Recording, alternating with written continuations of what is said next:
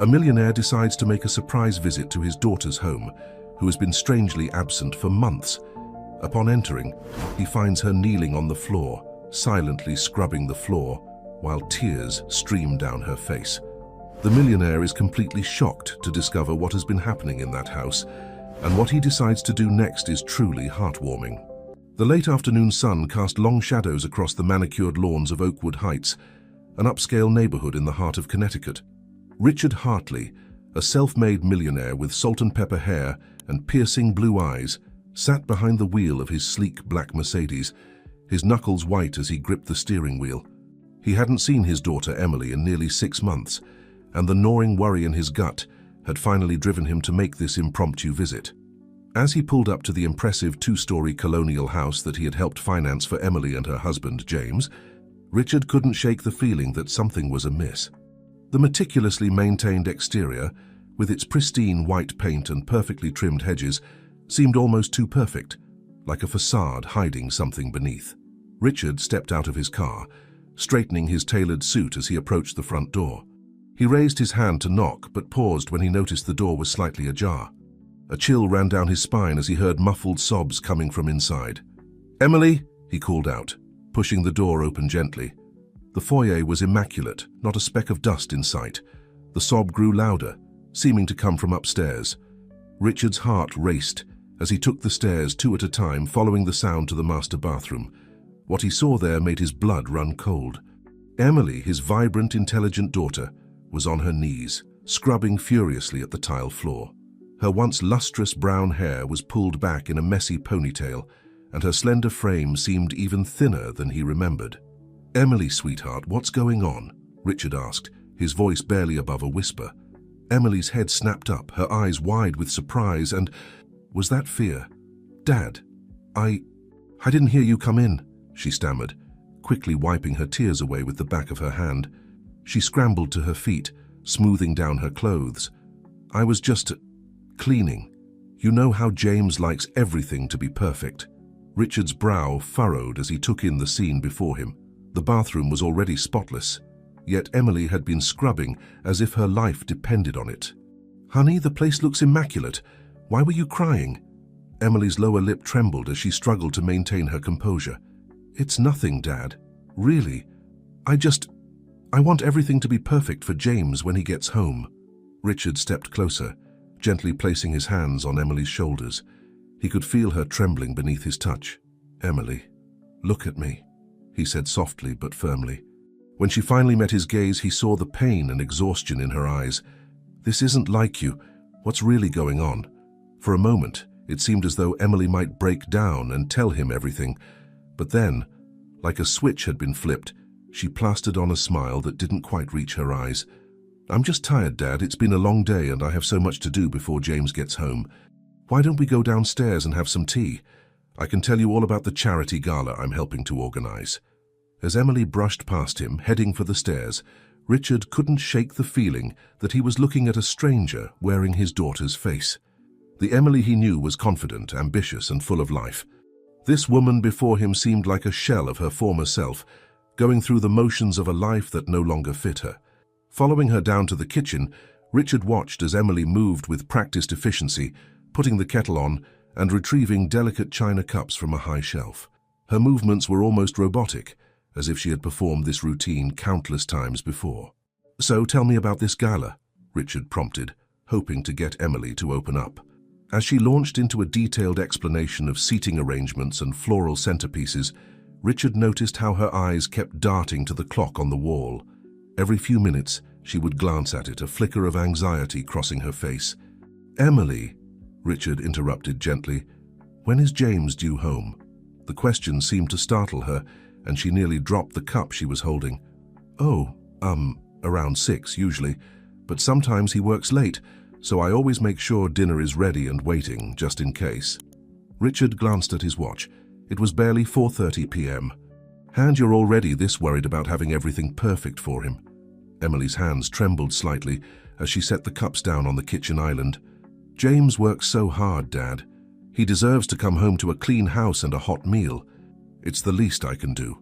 The words sent a chill down Richard's spine. This wasn't the independent, career-driven daughter he had raised. Something had changed, and he was determined to find out what. "What about your work?" Richard asked, trying to keep his tone casual. "Last time we spoke, you were excited about that marketing project you were leading. How did that turn out?" Emily's eyes widened for a moment before she quickly looked away. "Oh, that. Well, you know how it is in the corporate world. The project got reassigned. James thought it would be better if I focused on supporting his career for now. He says it's important for me to be available for networking events and client dinners." Richard felt a surge of anger rising within him. He remembered how passionate Emily had been about her career, how she had worked tirelessly to climb the corporate ladder. The idea that she had given it all up to be a glorified hostess for her husband's business dealings was inconceivable. "Emily," Richard said, his voice low and serious, "I want you to be honest with me. Are you happy?" The question hung in the air between them, heavy with unspoken truths. Emily opened her mouth to respond, but before she could, the sound of a car pulling into the driveway cut through the tension like a knife. Emily's face drained of color. "James is home early," she whispered, panic evident in her voice. She rushed to the oven, pulling out a casserole that Richard hadn't even realized was cooking. "Dad, please don't say anything to upset him." "Everything's fine, really. I'm happy. We're happy." As the front door opened and James's footsteps echoed through the house, Richard watched his daughter transform before his eyes. Her spine straightened, a practiced smile spread across her face, and she moved to greet her husband as if she were an actress stepping onto a stage. Richard stood in the kitchen, his tea forgotten as he listened to the overly cheerful exchange in the foyer. He knew one thing for certain. He wasn't leaving this house until he uncovered the truth about what was happening to his beloved daughter. The perfect facade of Emily and James's life was cracking, and Richard was determined to break it wide open, no matter the cost. As James's voice grew louder, approaching the kitchen, Richard steeled himself for the confrontation to come. He may not have all the answers yet, but he was certain of one thing. The battle for his daughter's future was about to begin. James Forrester strode into the kitchen, his polished leather shoes clicking against the hardwood floor. At 35, he cut an impressive figure in his tailored suit, his dark hair perfectly coiffed and his smile dazzling. But as Richard observed his son-in-law, he noticed something cold in those charming green eyes. "Richard! What a pleasant surprise!" James exclaimed, extending his hand. His grip was firm, almost challenging. "To what do we owe the pleasure?" Richard matched James's grip, holding it a moment longer than necessary. "Just thought I'd drop by and see how my daughter is doing. It's been too long since we've had a chance to catch up." James's smile didn't waver, but something flickered in his eyes. Annoyance, perhaps? Of course, family is so important. "Emily, darling, why didn't you tell me your father was coming?"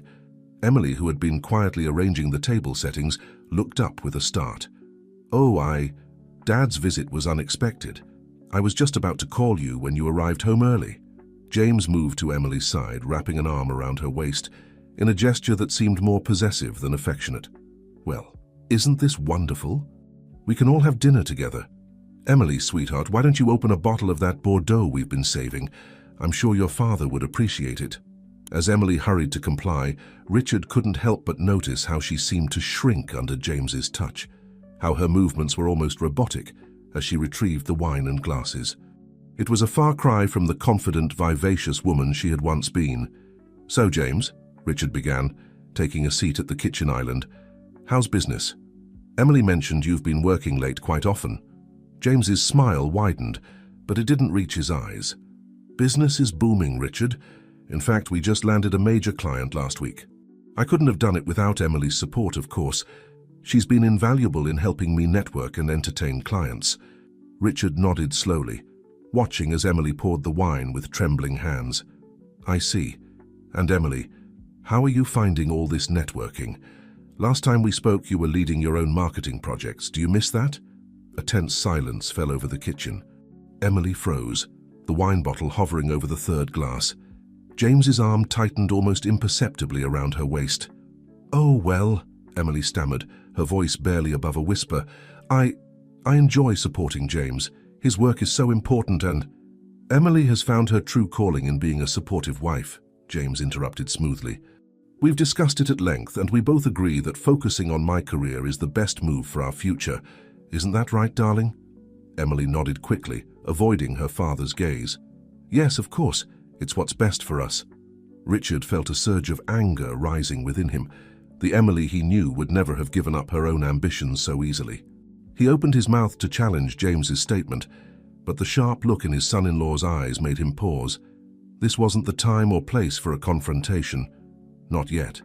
Well, as long as you're happy, sweetheart, Richard said carefully, locking eyes with his daughter. That's all that matters to me.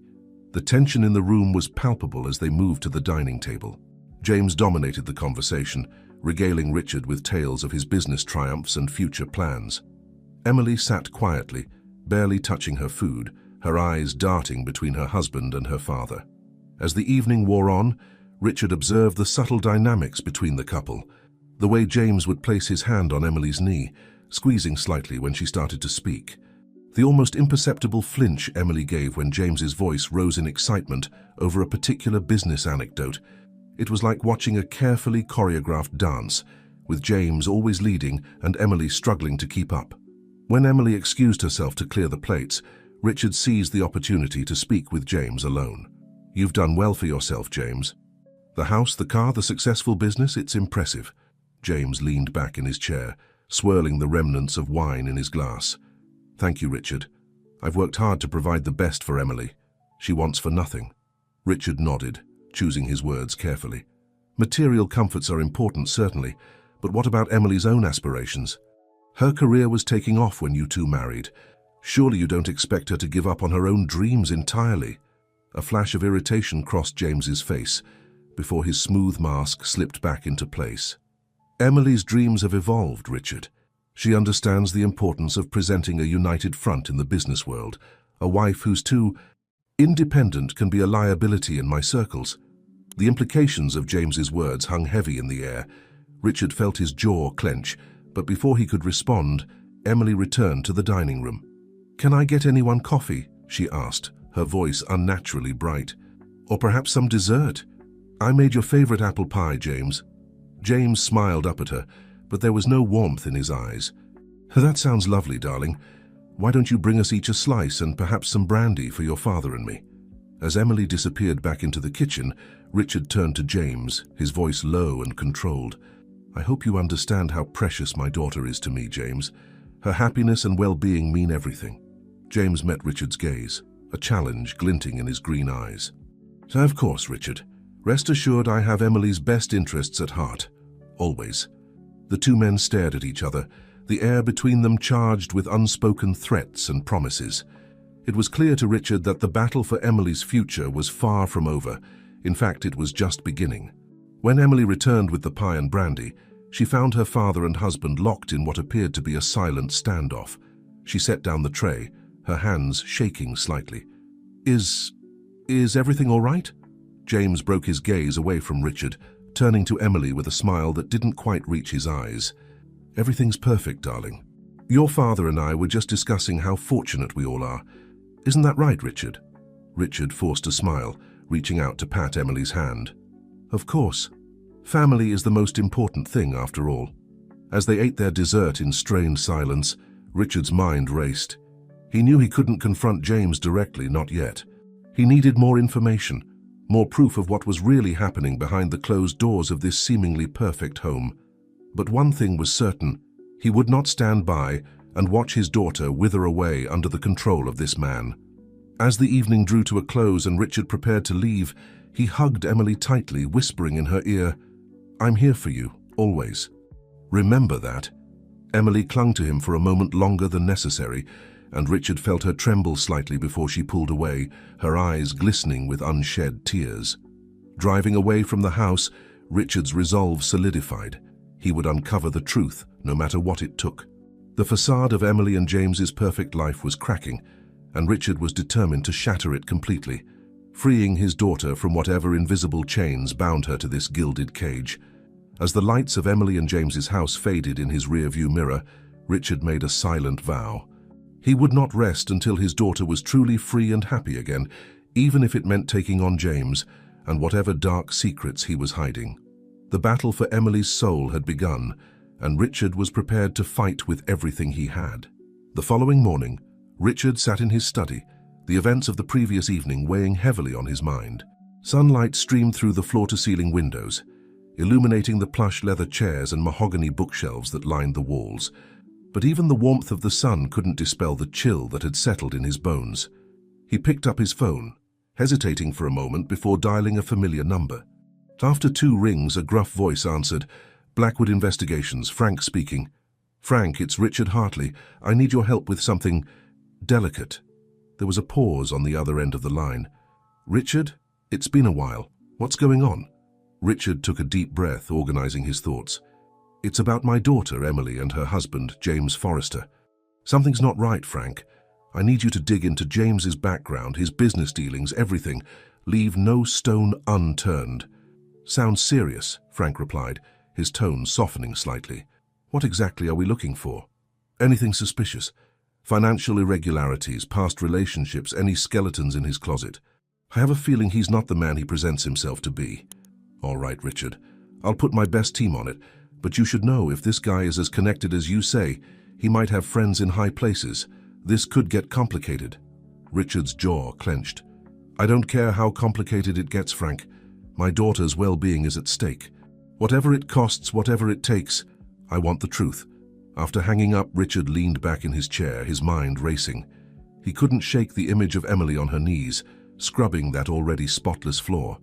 What had happened to turn his vibrant, ambitious daughter into this shadow of herself? A soft knock on the study door interrupted his thoughts. "Come in," he called out. Margaret, his housekeeper of 20 years, entered with a tray of coffee. Her kind eyes crinkled with concern as she set the tray down on his desk. "Is everything all right, Mr. Hartley? You seem troubled this morning." Richard managed a weak smile. "Just worried about Emily, Margaret. Did you notice anything off about her the last time she visited?" Margaret hesitated, carefully arranging the coffee cups.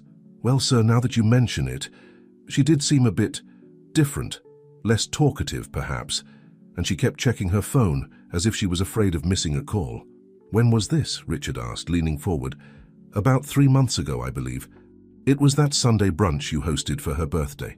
Margaret paused, then added softly, "If you don't mind me saying, sir, she didn't quite seem like herself. There was a sadness in her eyes that wasn't there before." Richard nodded slowly, processing this information. "Thank you, Margaret. Your observations are always valuable." As Margaret left the study, Richard's mind wandered back to that brunch. He'd been so caught up in work at the time that he hadn't paid close attention. Now he struggled to recall the details of that day. Had there been signs even then that he'd missed?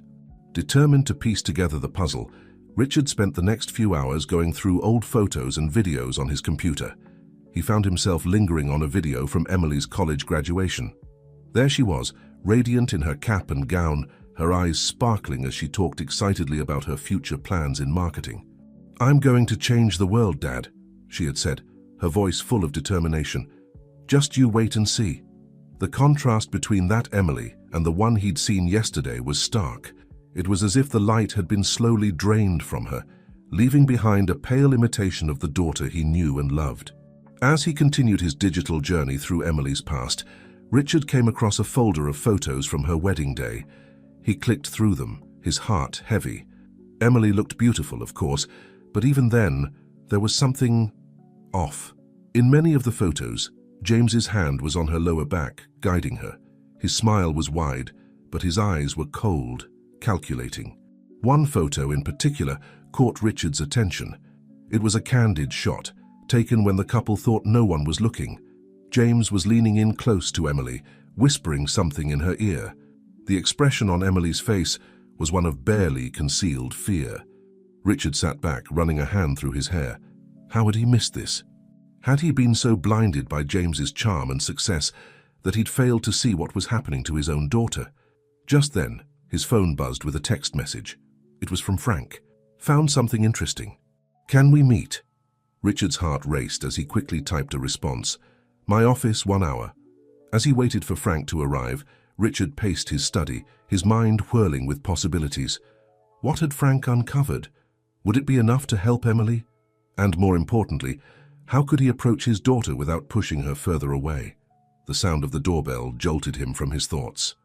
As he made his way to greet Frank, Richard steeled himself for whatever revelations were to come. He was ready to face the truth, no matter how ugly it might be. For Emily's sake, he had to be strong. Little did Richard know that the information Frank was about to share would shake the very foundation of everything he thought he knew about James Forrester. The whispers of the past were about to become a deafening roar, and the battle for Emily's future was about to take an unexpected and dangerous turn. As he opened the front door to greet Frank, Richard took a deep breath, preparing himself for the storm that was surely coming. The truth, he realized, was often a double-edged sword.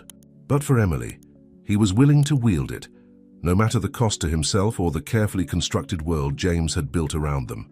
The time for uncovering secrets had begun, and Richard was determined to see it through to the end. As Frank stepped into the house, a manila envelope clutched tightly in his hand. Richard knew that their conversation would be the first step on a long and treacherous journey, one that could either save his daughter or tear their family apart forever. Frank Blackwood settled into one of the plush leather chairs in Richard's study, his weathered face creased with concern. The manila envelope he had brought lay on the coffee table between them, an innocuous object that held the power to change everything. Richard leaned forward, his fingers steepled under his chin. "What have you found, Frank?" Frank took a deep breath, his eyes meeting Richard's. "It's not pretty, Richard. James Forrester isn't who he claims to be." With deliberate movements, Frank opened the envelope and spread its contents on the table. Photographs, financial reports, and legal documents fanned out before them. "Let's start with the basics," Frank began. James Forrester was born James Foster. He changed his name about 10 years ago, right after he finished college.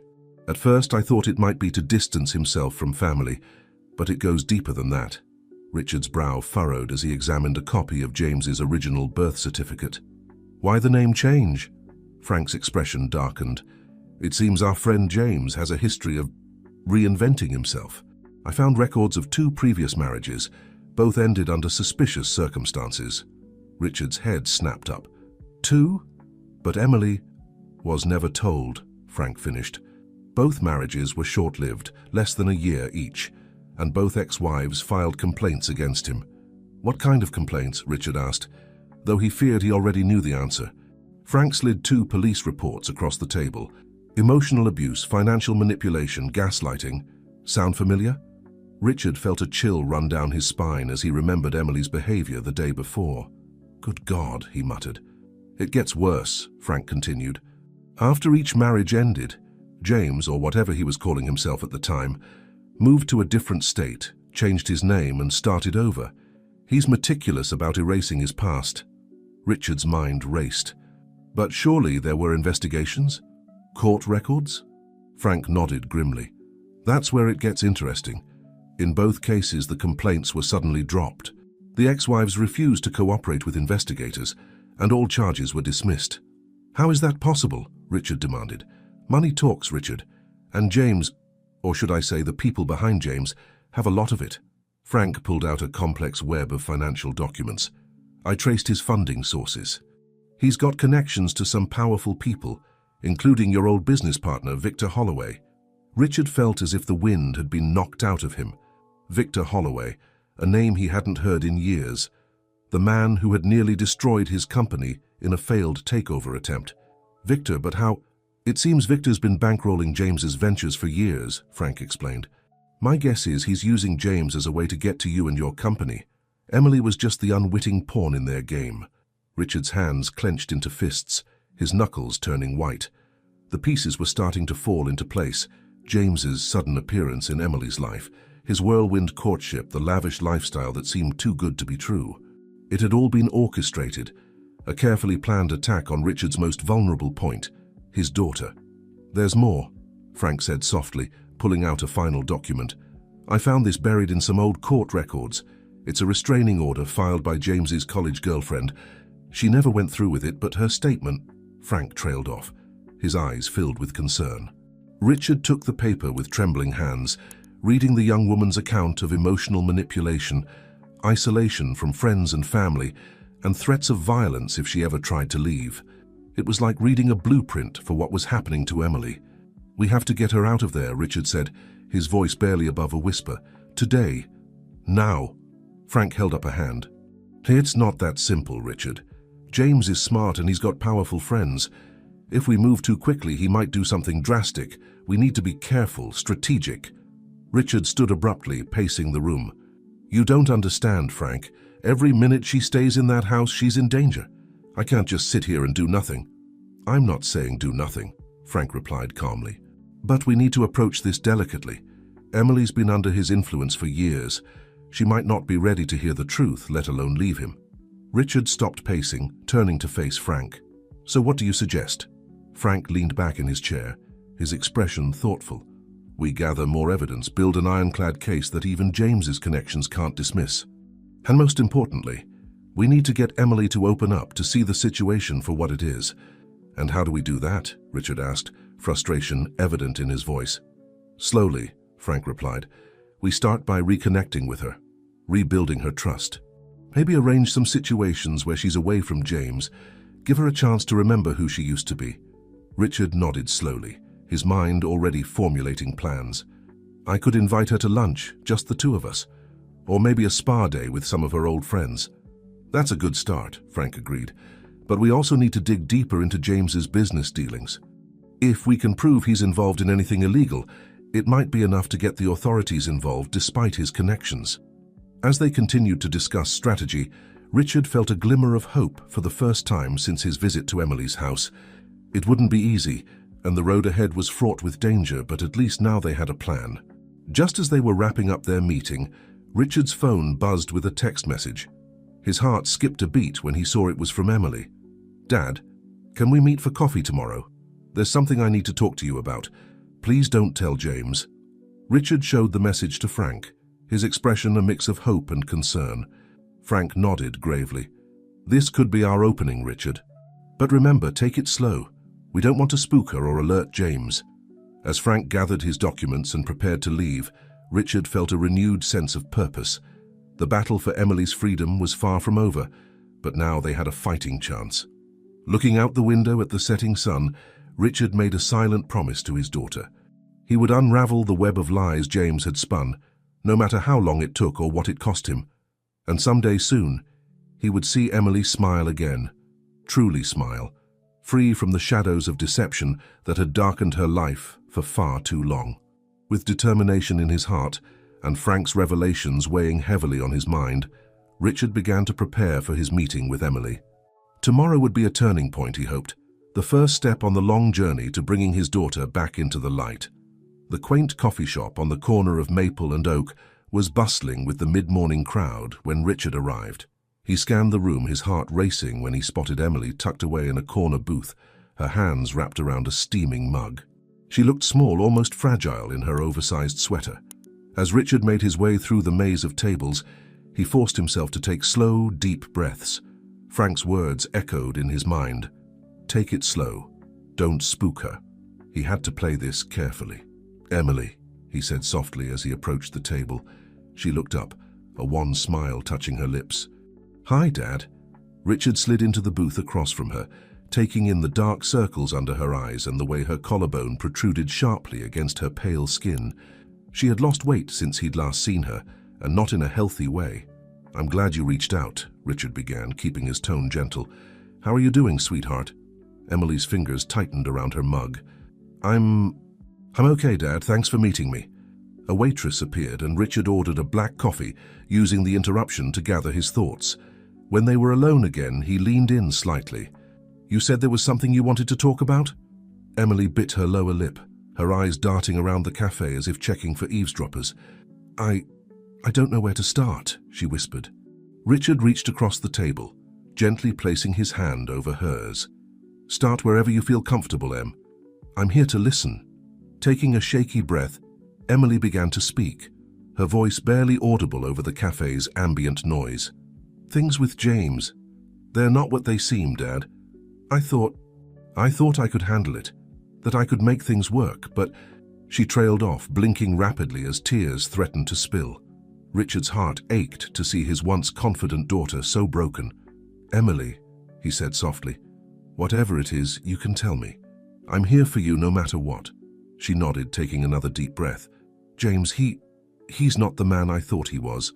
He controls everything. Our money, my schedule, who I talk to. I can't even go grocery shopping without his permission. Richard felt a surge of anger, but forced it down, maintaining a calm exterior. How long has this been going on? It started small, Emily continued, her voice gaining strength as she spoke. A comment here, a suggestion there. He'd say things like, "Don't you think that shirt is a little revealing for a business dinner?" Or, "Why don't you let me handle the finances? You've got enough on your plate." She paused, taking a sip of her now lukewarm tea. Before I knew it, I was second-guessing every decision, and then... Emily's voice broke and a tear slid down her cheek. Richard handed her a napkin, waiting patiently for her to continue. "Last week I ran into an old colleague from my marketing days. We chatted for a few minutes and I mentioned how much I missed working. When I got home, James was furious. He accused me of trying to undermine him, of not being supportive enough. He broke my phone and told me I couldn't leave the house without his permission." Richard's blood ran cold as he remembered the scene he had walked in on. Emily frantically cleaning an already spotless bathroom. It all made sense now. "Emily," he said, his voice low and urgent, "you know this isn't right, don't you? What James is doing. It's abuse." Emily flinched at the word but nodded slowly. "I know. I think I've known for a while, but I was scared. I still am. James has friends in high places, Dad. He's always talking about how he could ruin someone's career with a single phone call." Richard squeezed her hand gently. "You don't have to be scared anymore, Em. We can get you out of there. Today, if you want." To his surprise, Emily pulled her hand away, shaking her head. "It's not that simple, Dad. James, he's got dirt on you, on the company. He says if I ever try to leave, he'll destroy everything you've built." Richard felt as if the wind had been knocked out of him. So this was Victor Holloway's endgame, using James to get to him through Emily. "Listen to me, Emily," he said firmly. "Whatever James thinks he has on me, it doesn't matter. Your safety and happiness are all that's important." Emily looked up, her eyes filled with a mixture of hope and fear. "But what if—" "No what-ifs," Richard interrupted gently. "We'll face whatever comes together. You're not alone in this, sweetheart." For the first time since they sat down, a genuine smile touched Emily's lips. "I've missed you, Dad. I've missed me." Richard felt a lump form in his throat. "I've missed you too, Em. More than you know." They sat in companionable silence for a moment, the weight of their conversation settling around them. Finally, Emily spoke again, her voice stronger than before. "So what do we do now?" Richard leaned back, his mind racing. "First, we get you somewhere safe. I have a cabin up in the mountains. James doesn't know about it. You can stay there while we figure out our next move." Emily nodded slowly. "Okay, but how do I leave without James suspecting anything?" "We'll need a distraction," Richard mused. "Something that will keep James occupied long enough for you to pack a bag and get out." Just then, Richard's phone buzzed. It was a text from Frank. "Got more info on Jay's business dealings. Meeting set up with DA tomorrow. Things are moving fast." An idea began to form in Richard's mind. "Emily, do you trust me?" She nodded without hesitation. "With my life." "Good, because I have a plan. It's risky, but if it works, we'll not only get you out safely, but also ensure that James can never hurt anyone else again." As Richard began to outline his plan, he saw a spark of the old Emily returning, the fierce, determined woman who had once declared she would change the world. It was a fragile hope, but it was there, growing stronger with each passing moment. For the first time in years, Richard felt truly optimistic about the future. The road ahead would be challenging, filled with legal battles and emotional hurdles.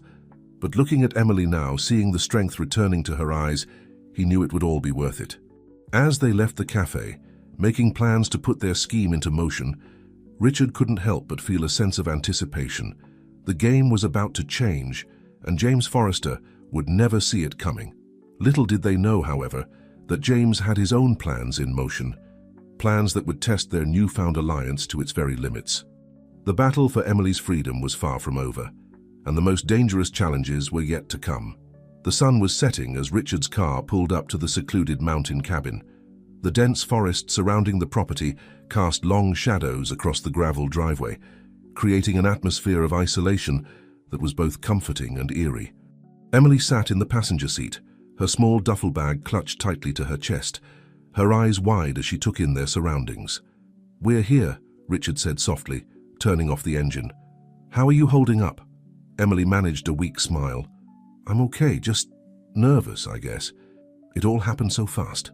Richard nodded, understanding the whirlwind of emotions his daughter must be experiencing.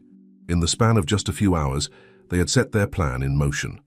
A carefully orchestrated business emergency had drawn James away from the house, giving Emily the window she needed to pack a bag and slip away unnoticed. As they stepped out of the car, the crisp mountain air filled their lungs.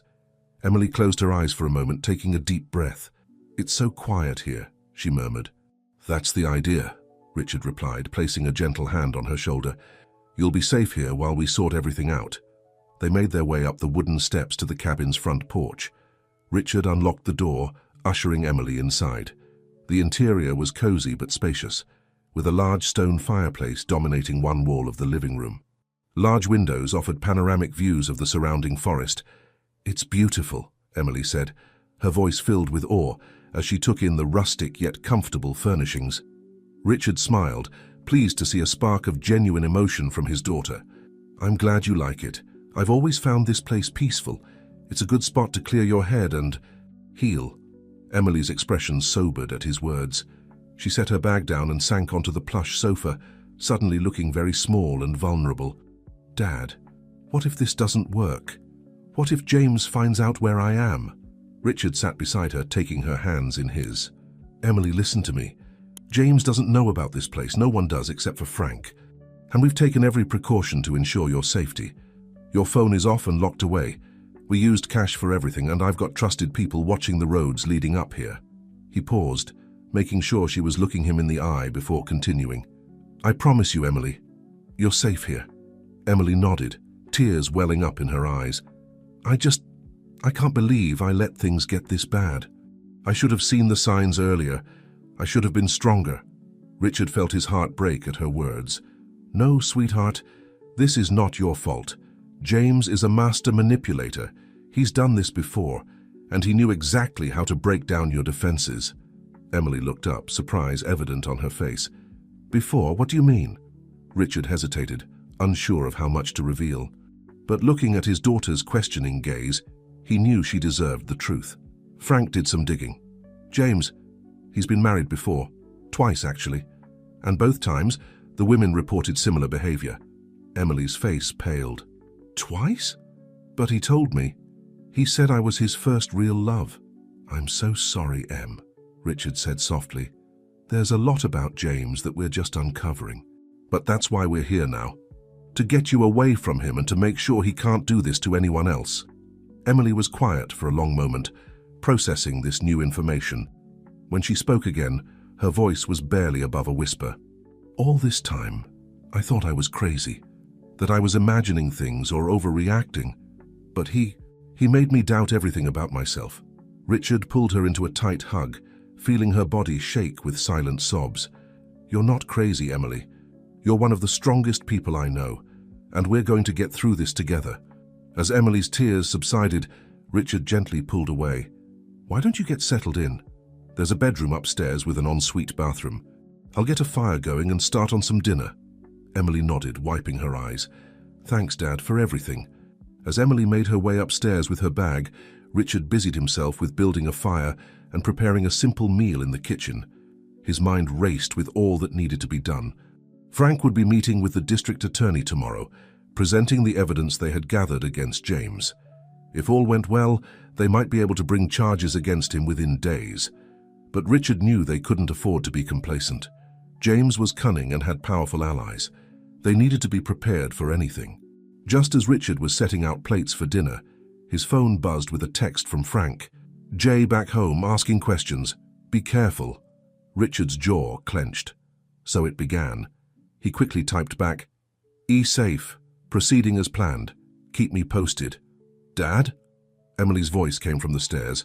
She had changed into comfortable clothes, her hair pulled back in a simple ponytail. She looked younger, more vulnerable, but there was a calmness about her that hadn't been there before. "Everything okay?" she asked, noticing his furrowed brow. Richard forced a smile. "Everything's fine, sweetheart. Just checking in with Frank. Dinner's almost ready."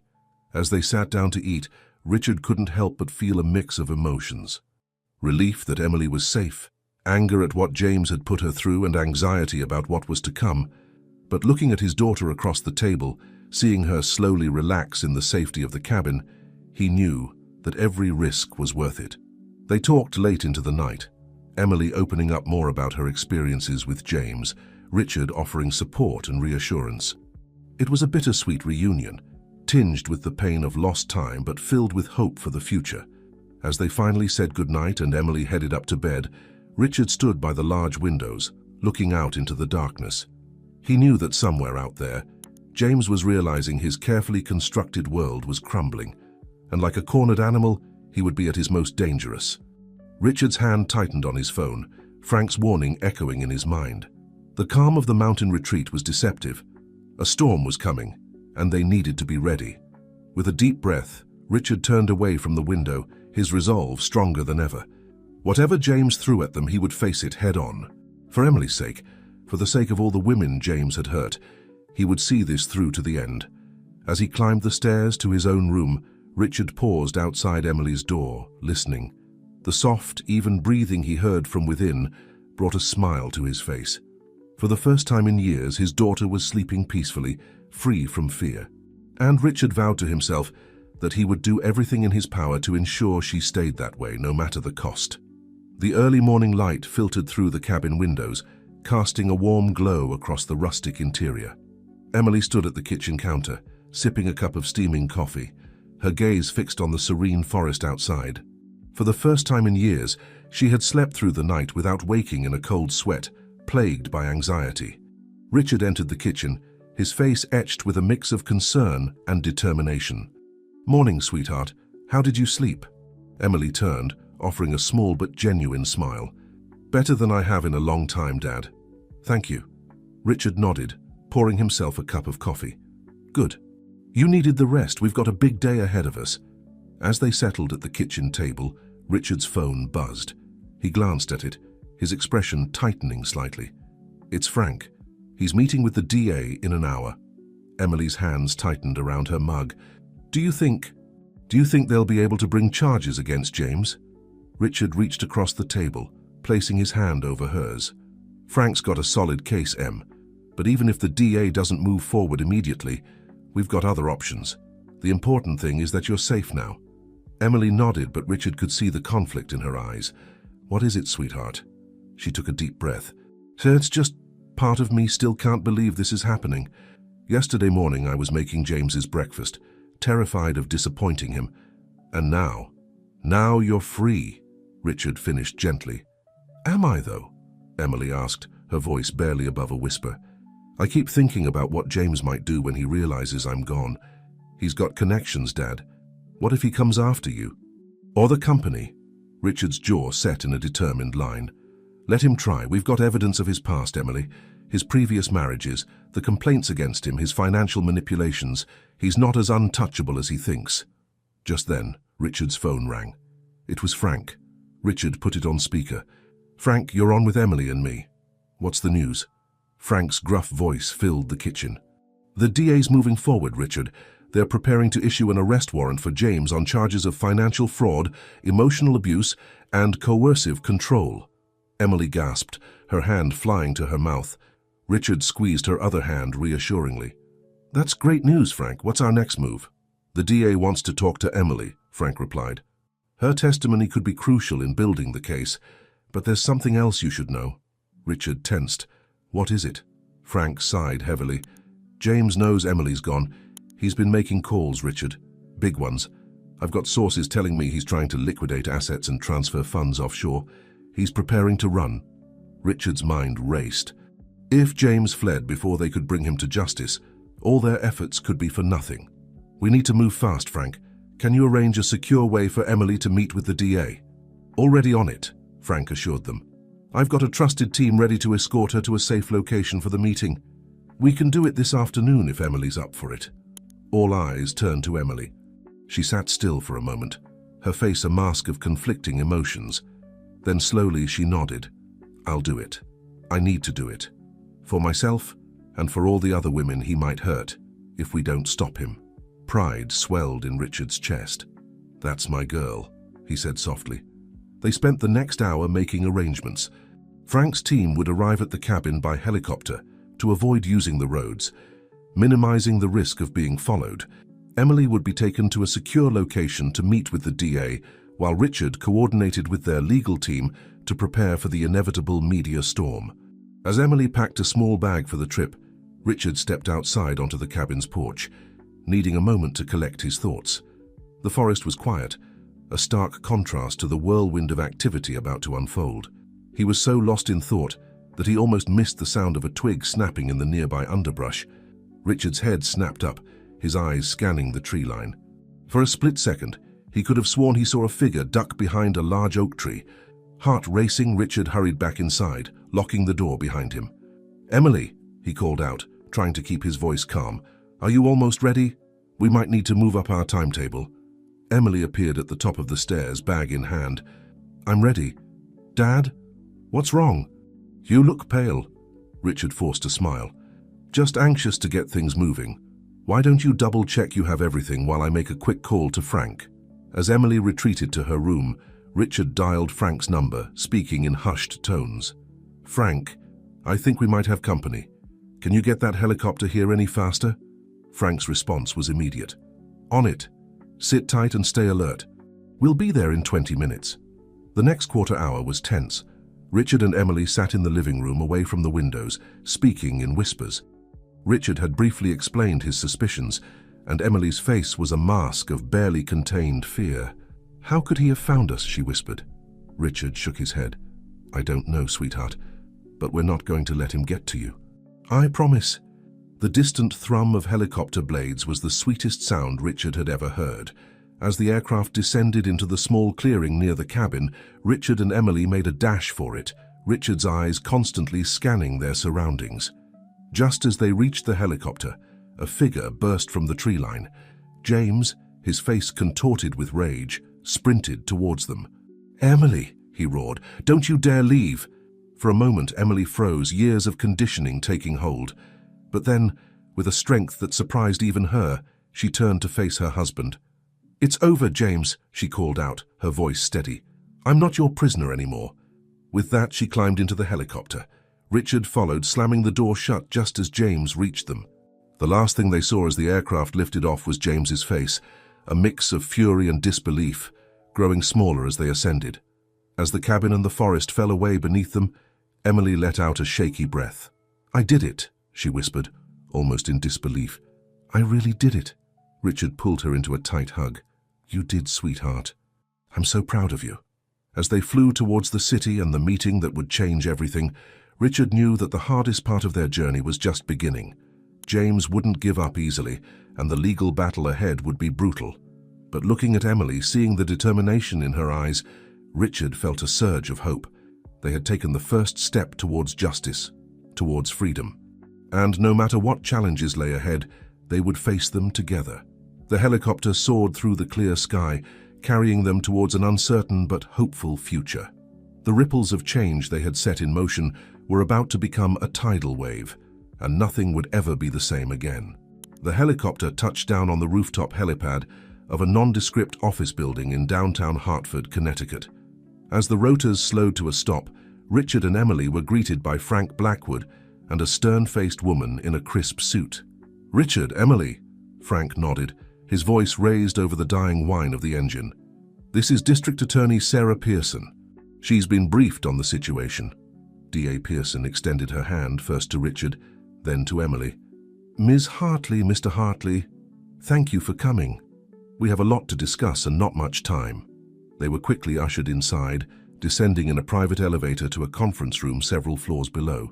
As they settled around the large oak table, Emily couldn't help but feel a mix of exhaustion and adrenaline coursing through her veins. DA Pearson wasted no time getting to the point. "Ms. Hartley, I understand how difficult this must be for you, but I need you to walk me through your relationship with James Forrester. From the beginning. Every detail could be crucial." Emily took a deep breath, her hands clasped tightly in her lap. "We met at a charity gala 3 years ago. James was charming, attentive. He made me feel special, like I was the only person in the room. As Emily recounted the whirlwind romance, the subtle ways James had isolated her from friends and family, and the gradual erosion of her independence, Richard felt a mix of guilt and anger. How had he not seen this happening? "When did you first realize something was wrong?" D.A. Pearson asked, her pen poised over a legal pad. Emily's voice quavered slightly. I think part of me always knew, but there was a moment, about a year into our marriage. I had lunch with an old college friend, and when I got home, James was furious. He accused me of trying to embarrass him, of not being supportive enough. He threw my phone against the wall, shattering it. That was the first time I was truly afraid of him. As Emily continued her testimony, detailing the financial control, the emotional manipulation, and the constant fear she lived under, Richard noticed Frank slipping out of the room, phone in hand. A few minutes later, he returned, his face grim. "Sorry to interrupt," Frank said, addressing the group, "but we've got a situation. James is holding a press conference. He's about to go live." D.A. Pearson's eyes narrowed. "Put it on the screen." The large monitor on the wall flickered to life, showing James standing at a podium, his face a mask of concern. Camera flashes popped as he began to speak. "Good afternoon. I come before you today with a heavy heart. My beloved wife, Emily, has gone missing." Emily gasped, her hand flying to her mouth. Richard's fists clenched under the table. James continued, his voice choking with what appeared to be emotion. "I fear that she may be under the influence of individuals who do not have her best interests at heart. To those who may be holding her, please let her come home. Emily, if you can hear this, know that I love you and I'm doing everything in my power to bring you back safely." D.A. Pearson muted the broadcast, turning to Emily. "He's trying to control the narrative. Miss Hartley, we need to move quickly. Are you willing to make a statement of your own?" Emily hesitated, her eyes wide with fear. I don't know if I can face the cameras. What if I freeze up? What if no one believes me?" Richard placed a comforting hand on her shoulder. "You can do this, Em. You're stronger than you know." Emily looked at her father, then back to D.A. Pearson. Slowly, she nodded. "Okay, I'll do it. But what do I say?" For the next hour, they worked on crafting Emily's statement. D.A. Pearson advised on the legal aspects, while Richard and Frank helped Emily find the words to tell her truth. As they worked, updates on James's press conference trickled in. He had painted himself as the devoted husband, worried sick about his fragile wife who had not been herself lately. Finally, they were ready. Emily stood before a mirror, smoothing her hair and taking deep breaths. Richard watched her, marveling at the strength he saw emerging in his daughter. "You've got this, sweetheart," he said softly. "Just tell the truth, your truth." Emily nodded, squaring her shoulders. As they made their way to the room where the press was gathered, she reached for her father's hand, squeezing it tightly. The room fell silent as Emily approached the podium, cameras flashing and reporters leaning forward in anticipation. For a moment, she froze, the sea of faces before her, overwhelming. Then, she felt her father's reassuring presence behind her, and she found her voice. "Good afternoon. My name is Emily Hartley, and I am here of my own free will." Her voice, shaky at first, grew stronger with each word. "For the past 3 years, I have been living in fear, trapped in a marriage built on lies and manipulation. James Forrester is not the man he pretends to be. He is a master of deception who has systematically isolated me from my friends and family, controlled every aspect of my life, and made me doubt my own sanity." As Emily continued, detailing the emotional and financial abuse she had endured, the room was silent, save for the click of cameras and the scratch of pens on notepads. Richard watched with a mix of pride and sorrow as his daughter bared her soul to the world. "I am not missing. I am not confused or under anyone's influence. I am, for the first time in years, free, and I am here to ensure that James Forrester can never do to another woman what he did to me." With that, Emily stepped back from the podium. The room erupted in a cacophony of questions, but D.A. Pearson quickly took control, explaining that charges were being filed against James Forrester and that an investigation was ongoing. As they were escorted from the room, Emily leaned heavily against her father, the adrenaline of the moment fading. "Did I do okay?" she asked, her voice small.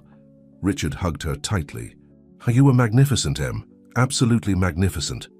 Back in the conference room, they watched as news channels picked up Emily's statement, running it side by side with James's earlier press conference. The contrast was stark, James's polished performance versus Emily's raw emotional truth. Frank's phone buzzed. He read the message, a grim smile spreading across his face. They've got him. James was picked up trying to board a private jet at a small airstrip outside the city. He's in custody.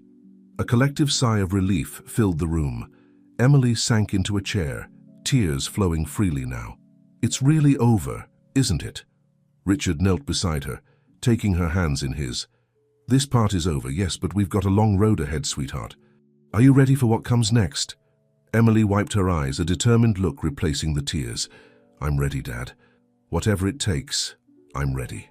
As the sun set over Hartford, casting long shadows through the conference room windows, Richard knew that they had won a significant battle, but the war was far from over. James had resources, connections. The legal fight ahead would be brutal. But looking at Emily, seeing the strength and resolve in her eyes, Richard felt a surge of hope. They had taken the hardest step, breaking the silence, exposing the truth. Whatever challenges lay ahead, they would face them together. The eye of the storm had passed, and though turbulent times still lay ahead, Richard knew that they were on the path to healing, to justice, and to a future where Emily could finally reclaim her life and her dreams. As they prepared to leave the building, surrounded by a protective detail arranged by Frank, Richard made a silent vow. He would see this through to the end, no matter the cost. For Emily, for all the women James had hurt, and for the countless others who suffered in silence, the storm might rage on, but they would stand strong, a beacon of hope in the darkness. The days following Emily's press conference were a whirlwind of activity. The Hartley name, once associated with business success and philanthropy, now dominated headlines for a very different reason. Millionaire's daughter escapes abusive marriage. James Forrester, charming businessman or calculated abuser. The media frenzy was relentless. Richard had moved Emily into his penthouse apartment, where a rotating team of security personnel kept watch 24/7. As they sat in the living room, watching yet another news report about the case, Emily sighed heavily. I never wanted this kind of attention, she said, her voice tinged with exhaustion. Sometimes I wonder if I did the right thing by going public. Richard muted the TV and turned to his daughter. Emily, look at me. When she met his gaze, he continued, You did an incredibly brave thing. Not just for yourself, but for every person out there who's trapped in a situation like yours. Just then, Frank entered the room, a stack of files under his arm. Sorry to interrupt, he said, his gruff voice softening slightly when he saw Emily's drawn face. But we've got some new information you both need to see. As Frank spread the files on the coffee table, Richard and Emily leaned in. What are we looking at, Frank? Richard asked. These, Frank said, tapping a file, are statements from James's previous wives. They've both come forward, inspired by Emily's courage. Emily's eyes widened as she picked up one of the statements. This is almost exactly what happened to me, she whispered, her voice trembling. Frank nodded grimly. The pattern is clear. James perfected his tactics over time, but that's not all. He pulled out another file. We've also uncovered evidence of extensive financial fraud. It seems James was using his marriages as cover for some pretty sophisticated embezzlement schemes. Richard's jaw clenched. How deep does this go, Frank? Deep, Frank replied. We're talking millions of dollars, funneled through a network of shell companies. And here's where it gets really interesting. He paused, making sure he had their full attention. Some of these transactions can be traced back to none other than Victor Holloway. The name hung in the air like a toxic cloud. Richard felt a chill run down his spine. Victor Holloway, his former business partner, the man who had nearly destroyed his company years ago in a failed takeover attempt. Emily looked between her father and Frank, confusion evident on her face. Who's Victor Holloway? Richard took a deep breath, realizing it was time to share a part of his past he'd long kept buried. Victor was my business partner when I first started out. He was brilliant, charismatic, and utterly ruthless. When the company started to take off, he tried to push me out, to take control. Emily listened intently as Richard recounted the bitter legal battle that had ensued, how he had ultimately prevailed, but at great personal cost. I thought it was over, Richard concluded. I never imagined he'd stoop to something like this. Frank cleared his throat. There's more. We have reason to believe that James's pursuit of Emily wasn't random. It looks like he specifically targeted her as part of a larger plan orchestrated by Holloway. The room fell silent as the implications of this revelation sank in. Emily's face paled. So, our entire relationship was a lie from the very beginning. He never cared for me at all.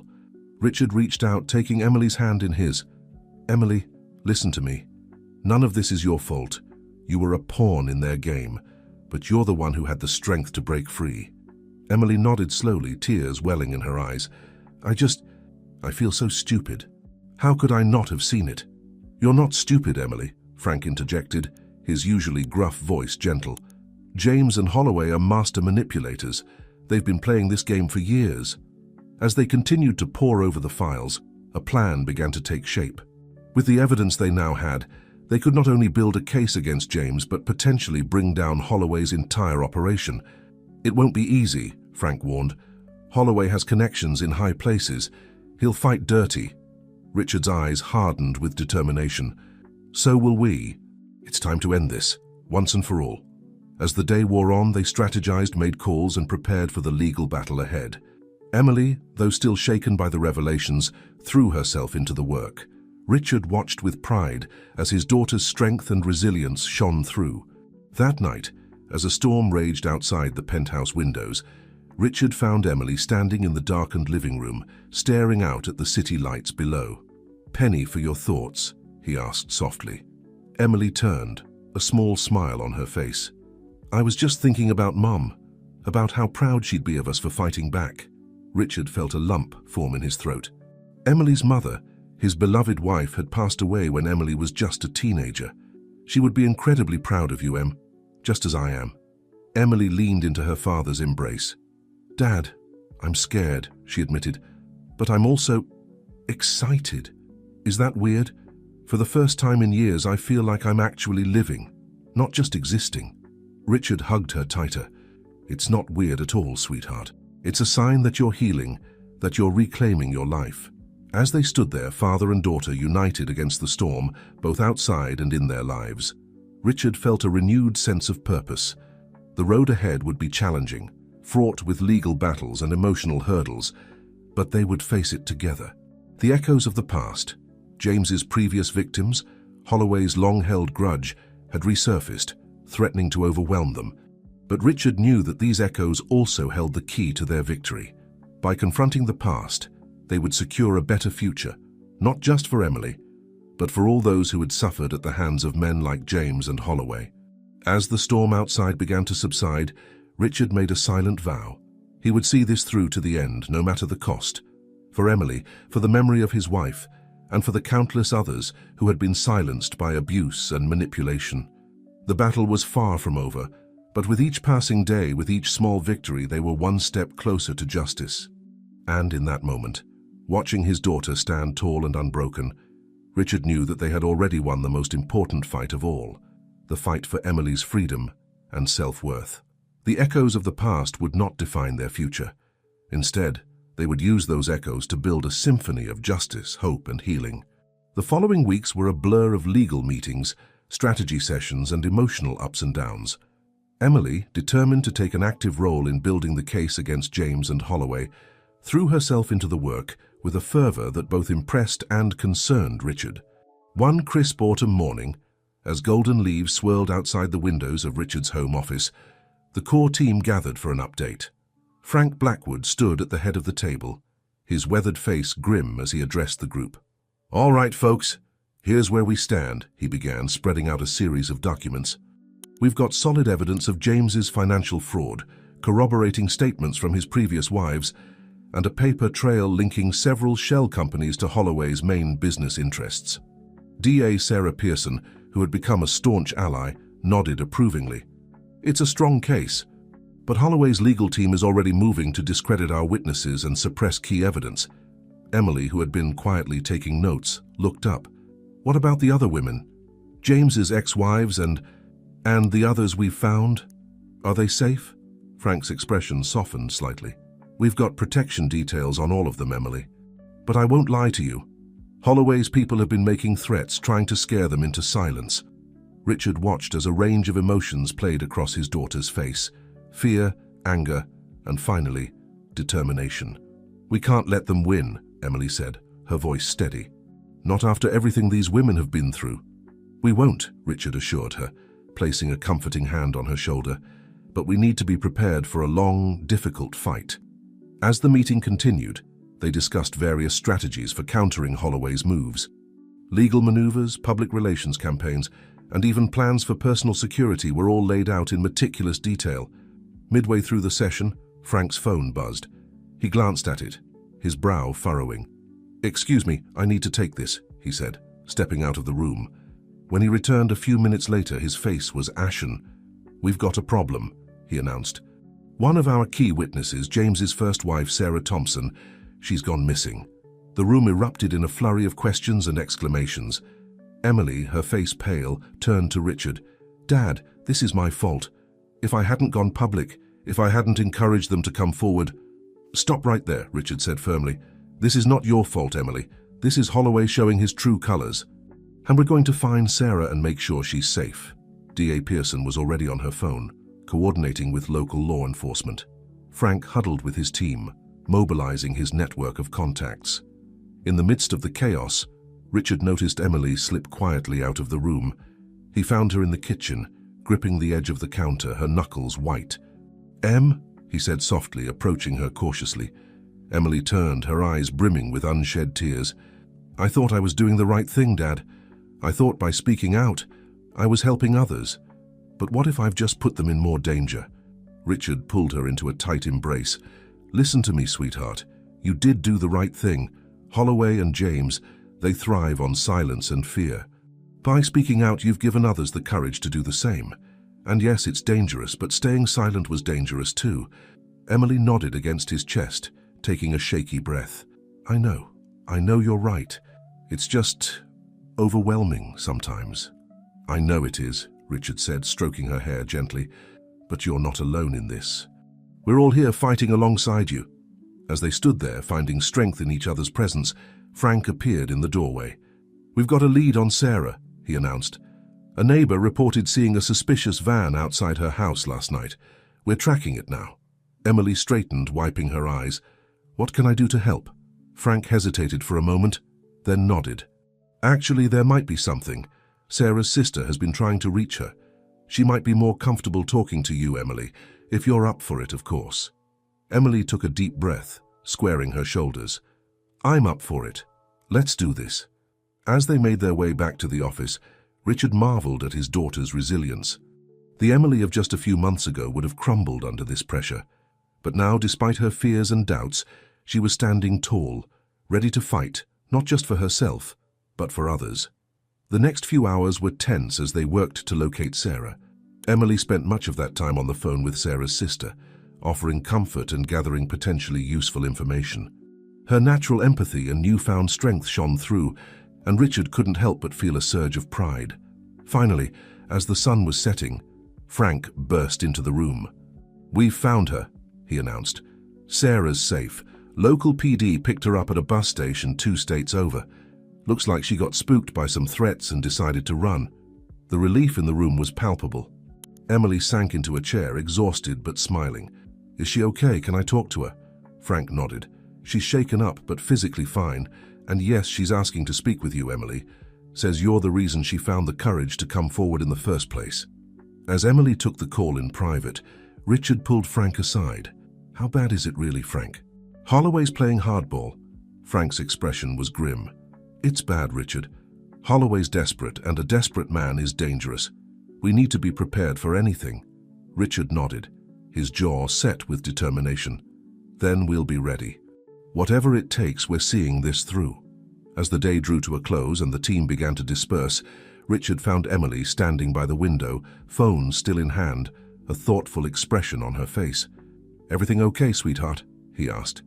Emily turned, a small smile playing on her lips. "You know, Dad, for the first time in a long time, I think it will be. Talking to Sarah, hearing her story, it reminded me why we're doing this. It's bigger than just me now."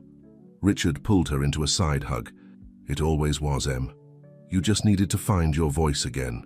As they stood there, watching the city lights flicker to life in the gathering dusk, Richard knew that the storm was far from over. Holloway would strike again, possibly harder next time. The legal battles ahead would be grueling, the emotional toll immense. But looking at Emily, seeing the quiet strength and determination in her eyes, Richard felt a sense of hope. They had weathered the first waves of the storm, and they had emerged stronger. Whatever came next, they would face it together.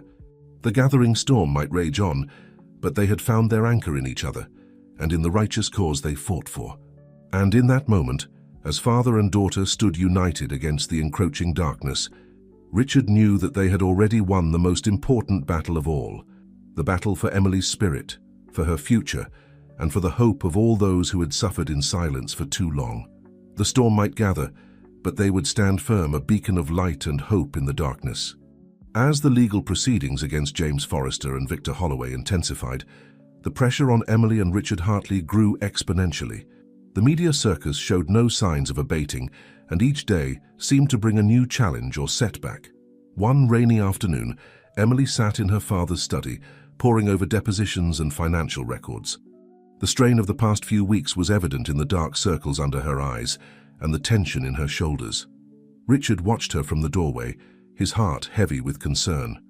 "Em," he said softly, "why don't you take a break? You've been at this for hours." Emily looked up, blinking as if coming out of a trance. "I can't, Dad. There's too much at stake. If we miss something, if we let them slip through on some technicality..." Richard crossed the room, gently closing the laptop in front of her. "I know, sweetheart, but you won't be any good to anyone if you burn yourself out. Come on, let's get some fresh air." Reluctantly, Emily allowed her father to lead her out onto the balcony. The rain had stopped, leaving the air crisp and clean. As they looked out over the city skyline, a comfortable silence fell between them. Suddenly, Emily's phone buzzed. She glanced at it, her brow furrowing. "It's an unknown number," she murmured, hesitating before answering. "Hello?" Richard watched as Emily's expression shifted from confusion to shock. Yes, of course, we'll be there. Thank you." As she hung up, Emily turned to her father, her eyes wide. "Dad, you're not going to believe this. That was Catherine Holloway, Victor's wife. She wants to meet with us." Richard's jaw dropped. "Catherine? But why would she..." "She says she has information," Emily replied, her voice tinged with excitement and apprehension. "Information that could blow the whole case wide open." Within the hour, they were seated in a discreet booth at a quiet cafe across town. Catherine Holloway was a striking woman in her early 50s, her elegant appearance belying the tension evident in her tightly clasped hands. "Thank you for meeting me," Catherine began, her voice barely above a whisper. "I've been following your case, Ms. Hartley. Your courage. It inspired me to finally take action." Emily leaned forward, her voice gentle. "What can you tell us, Mrs. Holloway?" Catherine took a deep breath, steeling herself. "Victor, he's not the man I married. Over the years, I've watched him become consumed by greed and bitterness. At first, I turned a blind eye. But when I realized the extent of what he was doing, the lives he was destroying, I knew I couldn't stay silent any longer." As Catherine spoke, she revealed a web of corruption far more extensive than they had imagined. Shell companies, offshore accounts, blackmail and bribery. Victor Holloway's reach extended into the highest echelons of business and politics. "But the final straw," Catherine continued, her voice breaking slightly, "was when I discovered his connection to James Forrester. The way they targeted you, Miss Hartley. It was unconscionable." Richard, who had been listening intently, spoke up. "Catherine, I can't imagine how difficult this must be for you, but your testimony could be crucial in bringing Victor and James to justice." Catherine nodded, a mix of fear and determination in her eyes. "I know. That's why I'm here. I'm ready to tell everything I know to the authorities. But I'm afraid Victor has powerful friends. If he suspects I've turned on him..." Emily reached across the table, gently placing her hand over Catherine's. "We'll protect you, Mrs. Holloway. You're not alone in this fight anymore." As they left the cafe, plans in place for Catherine to meet with the DA, Richard couldn't shake a sense of unease. "This could be the break we've been waiting for," he mused, "but it also raises the stakes significantly. Holloway will be desperate when he realizes his own wife has turned against him. Emily nodded, her face set with determination. Then we'll need to be extra vigilant. But Dad, don't you see? This is how we win. Not just in court, but in the court of public opinion. Every person who speaks out, every ally we gain, it chips away at the foundation of fear and silence that men like Holloway and James rely on. Richard couldn't help but smile, marveling at his daughter's strength and insight. When did you become so wise, Em? Emily's answering smile was tinged with sadness. I had to, Dad. It was either grow stronger or let them win. And I'm done letting anyone else control my life. As they drove back to the penthouse, Richard's mind raced with the implications of Catherine's revelations. They were on the cusp of something big, he could feel it. But with that potential victory came increased danger. Frank, Richard said into his phone, we need to increase security, not just for us, but for Catherine Holloway as well. And get the team together. We've got a lot of new information to process. The next few days were a whirlwind of activity. Catherine's testimony to the DA provided a treasure trove of evidence, opening up new avenues of investigation and strengthening their case immeasurably. But as news of Catherine's defection spread, the pressure from Holloway's camp intensified. Threatening phone calls, suspicious vehicles parked outside their building, thinly veiled warnings delivered through intermediaries. It was clear that Holloway was pulling out all the stops to silence them. Through it all, Emily remained steadfast. She worked tirelessly, coordinating with their legal team, reaching out to other victims and using her growing public platform to shed light on the insidious nature of emotional and financial abuse. One evening, as they sat reviewing strategy with Frank and the DA, Emily made an announcement that took everyone by surprise. I want to start a foundation, she said, her voice firm. A place where survivors of abuse can find resources, legal support, and a community of people who understand what they're going through. We can use the publicity from this case to shine a light on these issues and help people who might otherwise suffer in silence. The room fell quiet for a moment, then erupted in a chorus of supportive voices. Richard felt a surge of pride so strong it nearly overwhelmed him. This was Emily in her element, taking her pain and transforming it into a force for good in the world. As the meeting wound down and people began to leave, Richard pulled Emily aside. I'm so proud of you, sweetheart. Your mother would be too, you know. Emily's eyes glistened with unshed tears. Thanks, Dad. I hope we can make a real difference. Richard hugged her tightly. We already are, Em. Every day, with every person who finds the courage to speak out because of you, we're changing the world, one story at a time. As they stood there, father and daughter united in purpose, Richard knew that no matter what challenges lay ahead, they would face them together. The unexpected allies they had found, the strength they had discovered in themselves and each other, it was all leading to something greater than any of them had imagined. The storm might still be raging, but they had built a lighthouse, a beacon of hope for all those lost in the darkness of abuse and manipulation. And with each passing day, that light grew stronger, reaching further, illuminating the path to justice and healing for countless others. The battle was far from over, but in that moment, Richard knew with absolute certainty that they would prevail. Not just for themselves, but for every person who had ever felt trapped, silenced, or alone. They were no longer just fighting a legal battle. They were sparking a movement, a revolution of compassion and courage that would ripple out far beyond the courtroom. And at the heart of it all was Emily, his daughter, standing tall and unbroken, ready to take on the world. The courthouse steps were crowded with reporters and spectators as Emily Hartley made her way through the throng, her father Richard and their legal team forming a protective barrier around her. It was the first day of James Forrester's trial, and the air was thick with tension and anticipation. As they approached the entrance, a voice called out from the crowd, "Emily! Emily, we believe you!" Emily turned to see a group of women holding signs of support. Their faces were familiar, survivors she had connected with through her newly established foundation. She managed a small smile and a wave before being ushered inside. The courtroom was a sea of murmurs as they took their seats. Emily's eyes locked onto James, sitting at the defense table. He looked smaller somehow, his usual charisma dulled by the gravity of the situation. For a moment their gazes met, and Emily felt a chill run down her spine. But this time she didn't look away. She held his stare, unwavering, until he was the one to break contact. As the proceedings began, Emily leaned close to her father. "I'm nervous," she whispered. Richard squeezed her hand reassuringly. "You've got this, Em. Just tell the truth. Your truth." The prosecution's opening statement was powerful, painting a vivid picture of James's pattern of abuse and manipulation.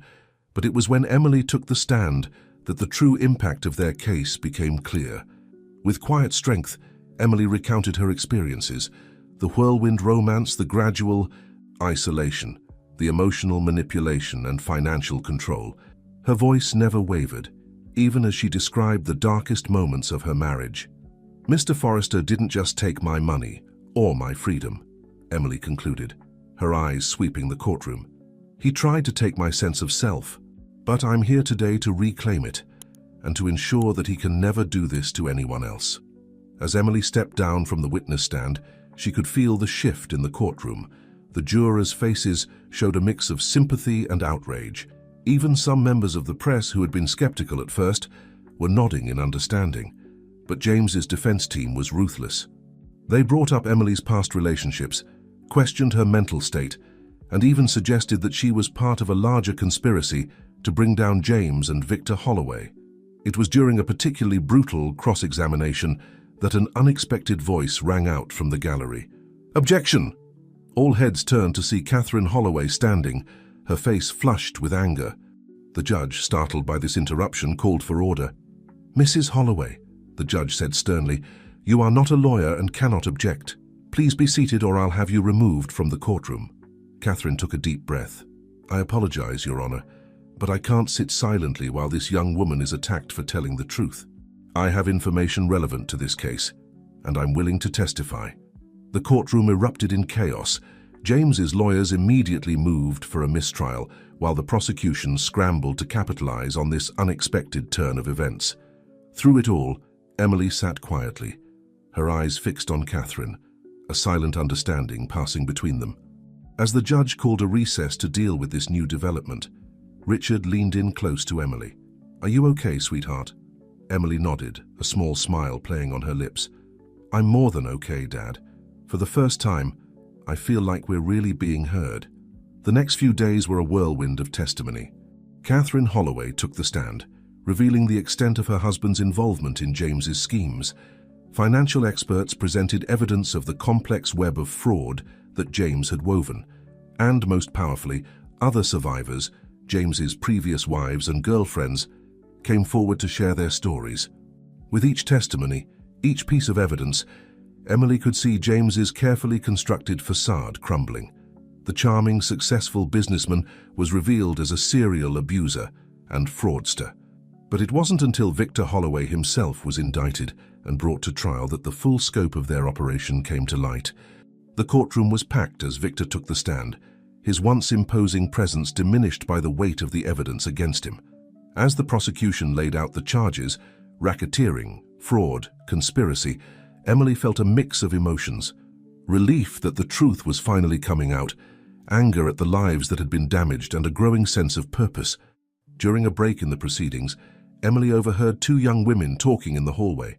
"I never thought I'd have the courage to leave my boyfriend," one was saying. "But hearing Emily's story, seeing her stand up to these men, it gave me hope." Emily's heart swelled. This, she realized, was why they had fought so hard.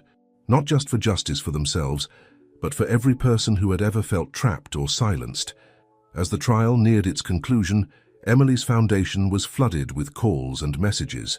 Survivors reaching out for help, volunteers offering their services, even lawmakers interested in strengthening laws against emotional and financial abuse.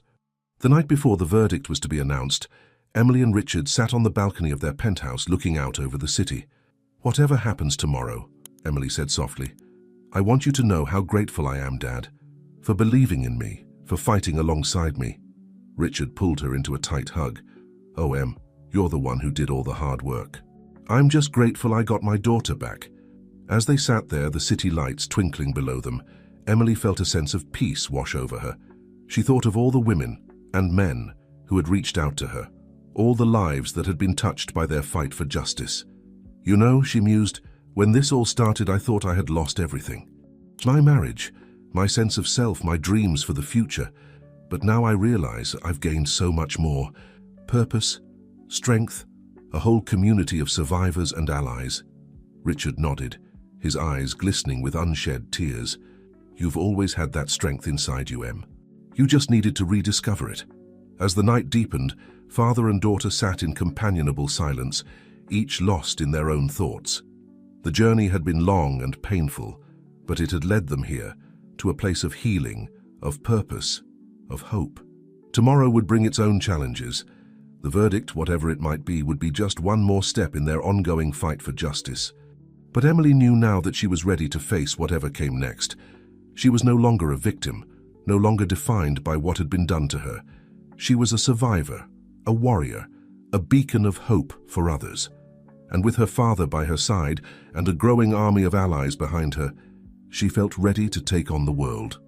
As the first light of dawn began to paint the sky, Emily took a deep breath, feeling the promise of a new day, a new chapter, a new life stretching out before her. Whatever the future held, she would face it with courage, with strength, and with the unwavering knowledge that her voice and the voices of all survivors deserved to be heard. The tide had turned, and there was no going back. The world was changing, one story, one trial, one life at a time, and Emily Hartley was at the forefront of that change, ready to lead the way towards a future where no one would have to suffer in silence again. The morning of the verdict dawned clear and bright, a stark contrast to the tension that hung in the air. Emily stood before her mirror, smoothing down her crisp blue blazer, a symbol of the professional woman she had once been and was becoming again. Her hands trembled slightly as she fastened a small silver pin to her lapel, a gift from the survivors group she had been working with, a reminder of why she was fighting. "Ready?" Richard's voice came from the doorway, gentle and supportive as always. Emily took a deep breath, squaring her shoulders. "As I'll ever be." The ride to the courthouse was silent, each lost in their own thoughts. As they pulled up, Emily was once again struck by the crowd gathered on the steps. Signs of support mingled with press cameras and curious onlookers. But this time, instead of feeling overwhelmed, Emily felt a surge of strength. These people were here because her story, and the stories of countless others, had finally been heard. Inside the courtroom, the atmosphere was electric. Emily's eyes swept across the room, taking in the faces that had become familiar over the weeks of the trial. James and his lawyers at the defense table looking tense, the prosecuting attorney, confidence radiating from her posture. And in the gallery, a mix of supporters, press, and... was that Catherine Holloway slipping in quietly at the back? As the jury filed in, Emily reached for her father's hand, gripping it tightly. This was it, the moment they had fought so hard for. In the case of the state versus James Forrester, on the charge of aggravated emotional abuse, we find the defendant guilty. Emily's breath caught in her throat. On the charge of financial fraud, we find the defendant guilty. The litany continued, a string of guilty verdicts that seemed to release years of pent-up emotion in the courtroom. Emily felt tears streaming down her face, but for once they were tears of relief, of vindication. As the judge called for order, Emily turned to hug her father, then Frank, then Sarah Pearson, but her eyes were drawn to James. For a moment, their gazes locked, and Emily saw something she had never seen before in his eyes: defeat. The sentencing would come later, but for now this was enough. Justice had been served. Outside the courthouse, Emily faced a sea of microphones and cameras. Taking a deep breath, she stepped up to make a statement. Today, justice was served not just for me, but for every person who has ever suffered in silence at the hands of an abuser. This verdict sends a clear message. Emotional and financial abuse are real. They are harmful and they will not be tolerated. She paused, her voice growing stronger. But our work is far from over. To every survivor out there who is still afraid, still doubting themselves, I want you to know that you are not alone. There is hope, there is help, and there is a community ready to support you. As Emily finished her statement, a cheer went up from the crowd. She felt her father's arm around her shoulders, steadying her as they made their way through the throng. But the day's surprises weren't over yet. As they reached their car, a familiar voice called out, "Emily, Mr. Hartley." They turned to see Catherine Holloway hurrying towards them, her face a mix of emotions. I just wanted to say thank you," Catherine said, her voice trembling slightly. "Your courage, your determination, it gave me the strength to stand up to Victor, to tell the truth." Emily reached out, clasping Catherine's hand in her own. "No, thank you, Mrs. Holloway. Your testimony was crucial. You're just as much a hero in this as anyone." Catherine's eyes welled with tears. "I don't feel like a hero, I feel lost. Everything I thought I knew about my life, my marriage, it's all been a lie." Emily felt a surge of compassion for this woman who had risked everything to do the right thing. "It's okay to feel lost," she said softly. "Believe me, I know. But you're not alone. We have support groups, counseling services, whatever you need, we're here." As Catherine nodded gratefully, Emily had a sudden inspiration. "In fact, we're always looking for experienced voices to help with the foundation. Someone who understands the complexities of these situations. If you're interested, of course." For the first time, a genuine smile lit up Catherine's face. I'd like that. Thank you, Emily." As they parted ways, Emily felt a sense of completion. This wasn't just about punishing the guilty, it was about healing, about turning pain into purpose. The next few weeks were a whirlwind of activity. The sentencing hearings for both James and Victor Holloway. Meetings with lawmakers interested in strengthening abuse prevention laws. Interviews, speaking engagements, and the ever-growing work of the foundation. Through it all, Emily found herself growing stronger, more confident. The nightmares that had plagued her for so long began to fade, replaced by dreams of the future, a future she was actively shaping. One evening, as she and Richard sat in his study reviewing plans for a new survivor support center, Emily paused, a thoughtful expression on her face. "You know, Dad, I've been thinking. Everything we've been through, everything we've learned, it feels like we're just scratching the surface. There's so much more to be done." Richard nodded, a hint of pride in his eyes. "What did you have in mind?" Emily leaned forward, her eyes bright with excitement. "I want to expand the foundation, not just support services, but education programs, teaching young people about healthy relationships, financial literacy, the warning signs of abuse, and advocacy work, really pushing for systemic changes." As she outlined her vision, Richard felt a swell of emotion. This was Emily in her element, passionate, driven, using her experiences to make the world a better place. "It sounds ambitious," he said when she finished, "and absolutely wonderful. Where do we start?" Emily grinned, pulling out a stack of papers. "I thought you'd never ask." As they dove into the plans, Emily felt a sense of peace wash over her. The road ahead would not be easy. There would be challenges, setbacks, moments of doubt, but she was ready for them. She was no longer defined by what had happened to her, but by what she chose to do with it. Every life touched, every survivor empowered, every abuser held accountable. It all added up to a legacy she could be proud of. And as she worked late into the night, her father by her side, Emily knew that this purpose, this passion, this unwavering commitment to justice and healing was the truest form of redemption. The storm had passed, and in its wake, Emily Hartley stood tall, a beacon of hope and strength for all those still finding their way out of the darkness. The future stretched out before her, full of possibility and promise, and she was ready to meet it head-on. One story, one life, one victory at a time. 1 year had passed since the verdict that had changed everything. Emily Hartley stood at the podium, looking out over a sea of faces, survivors, advocates, lawmakers, and media representatives. The conference room of the newly opened Hartley Foundation for Survivor Empowerment buzzed with anticipation. "Welcome, everyone," Emily began, her voice strong and clear. "A year ago, I stood on the steps of a courthouse, having just won a battle I never thought I'd have to fight. Today I stand before you not as a victim, but as a warrior, and I see an army of warriors before me." As Emily delivered her keynote address, outlining the Foundation's achievements over the past year and its plans for the future, Richard watched from the sidelines, his heart swelling with pride. The transformation in his daughter still amazed him daily. Emily spoke of the support centers they had opened in 3 states, the hotline that had fielded thousands of calls, the educational programs implemented in dozens of schools. But more than the statistics, it was the stories that moved the audience. Stories of lives rebuilt, of survivors becoming advocates, of a society slowly but surely awakening to the realities of emotional and financial abuse. But our work is far from over, Emily continued, her voice taking on a note of determination. Today I'm excited to announce the launch of our most ambitious project yet, the Phoenix Initiative. A murmur of interest rippled through the crowd. The Phoenix Initiative will focus on long-term rehabilitation and empowerment. We're not just helping survivors escape abusive situations. We're giving them the tools to rebuild their lives.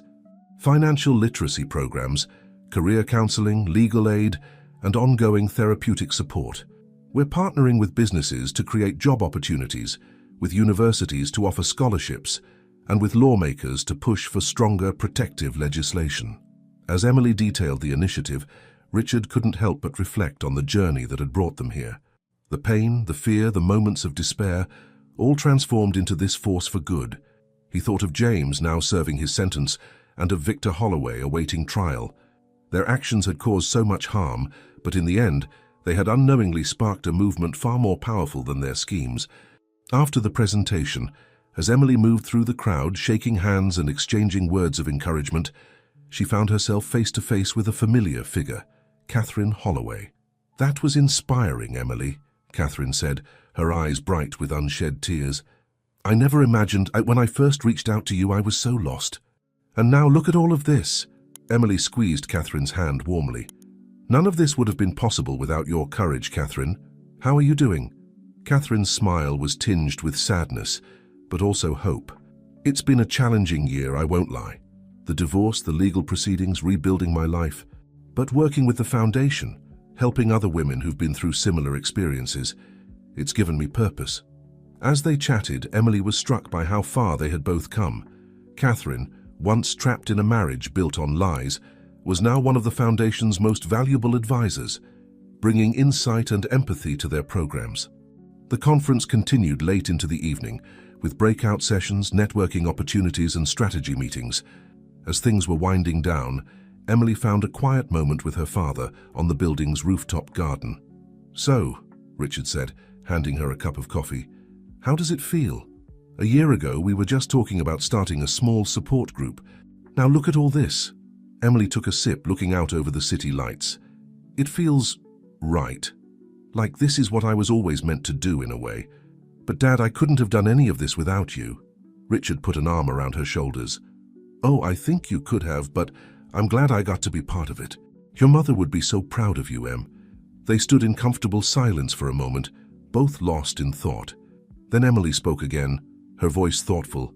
"You know, I've been thinking a lot about forgiveness lately." Richard looked at her, surprised. "Oh?" Emily nodded slowly. "Not forgiving James or Victor. What they did was unforgivable. But forgiving myself, I guess. For not seeing the signs earlier, for doubting myself, and in a way forgiving life for throwing this curveball at me." She turned to face her father, her eyes bright with emotion. "Because as horrible as it was, as much as I wish it had never happened, look at all the good that's come out of it, all the lives we're touching, the changes we're making. If I hadn't gone through that, none of this would exist." Richard felt a lump form in his throat. That's an incredibly mature way of looking at it, Em. I'm not sure I'm there yet myself. Seeing what he did to you." Emily hugged him tightly. "I know, Dad, and you don't have to be. But for me, it's part of healing. Not letting the anger and pain define me anymore." As they made their way back to the conference, Emily was stopped by a young woman, barely out of her teens, clutching a copy of Emily's recently published memoir. "Miss Hartley," the girl said, her voice trembling slightly, "I just wanted to thank you, your book. It helped me realize that what my boyfriend was doing wasn't okay. I left him last month. I'm still scared, but I'm free." Emily felt tears prick her eyes as she hugged the young woman. "You're so brave," she whispered, "and you're not alone. We're here for you, every step of the way." As the girl walked away, visibly moved, Richard squeezed Emily's shoulder. "You see, that right there, that's why we do this." Emily nodded, wiping her eyes. "One life at a time. It's not always easy, but it's worth it," Richard finished. As the conference came to a close, Emily found herself filled with a sense of purpose and hope, stronger than ever before. The road ahead would not be easy. There would be setbacks, challenges, moments of doubt. But looking around at the community they had built, the lives they had touched, she knew that they were on the right path. The seeds of change had been planted, nurtured by tears and determination, and were now beginning to bloom. And Emily Hartley, once a victim, now stood tall as a leader, a warrior, and a beacon of hope for survivors everywhere. As she left the building that night, stepping out into the cool evening air, Emily took a deep breath, feeling the weight of responsibility, but also the exhilaration of possibility. The future stretched out before her, full of challenges, but also full of promise, and she was ready to meet it head-on, armed with compassion, courage, and an unwavering commitment to justice and healing. The storm had long passed, and in its wake a movement had been born, a movement of strength, of resilience, of transformation. And at its heart stood Emily Hartley, no longer defined by her past, but by the future she was helping to create. One story, one life, one victory at a time. The crisp autumn air carried the scent of change as Emily Hartley made her way across the bustling college campus. Fallen leaves crunched underfoot, a vibrant carpet of reds and golds mirroring the transformative energy she felt all around her. Today marked the launch of the Hartley Foundation's newest initiative, a comprehensive course on healthy relationships and financial empowerment, now being offered at universities across the country. Emily, as the guest lecturer for the inaugural class, felt a mix of excitement and nervous anticipation. As she entered the lecture hall, the buzz of conversation died down, replaced by an expectant hush. Hundreds of young faces looked up at her, some curious, some admiring, some skeptical. Emily took a deep breath, remembering her own college days, how different her life might have been if she'd had access to this kind of knowledge and support. "Good morning," she began, her voice clear and strong.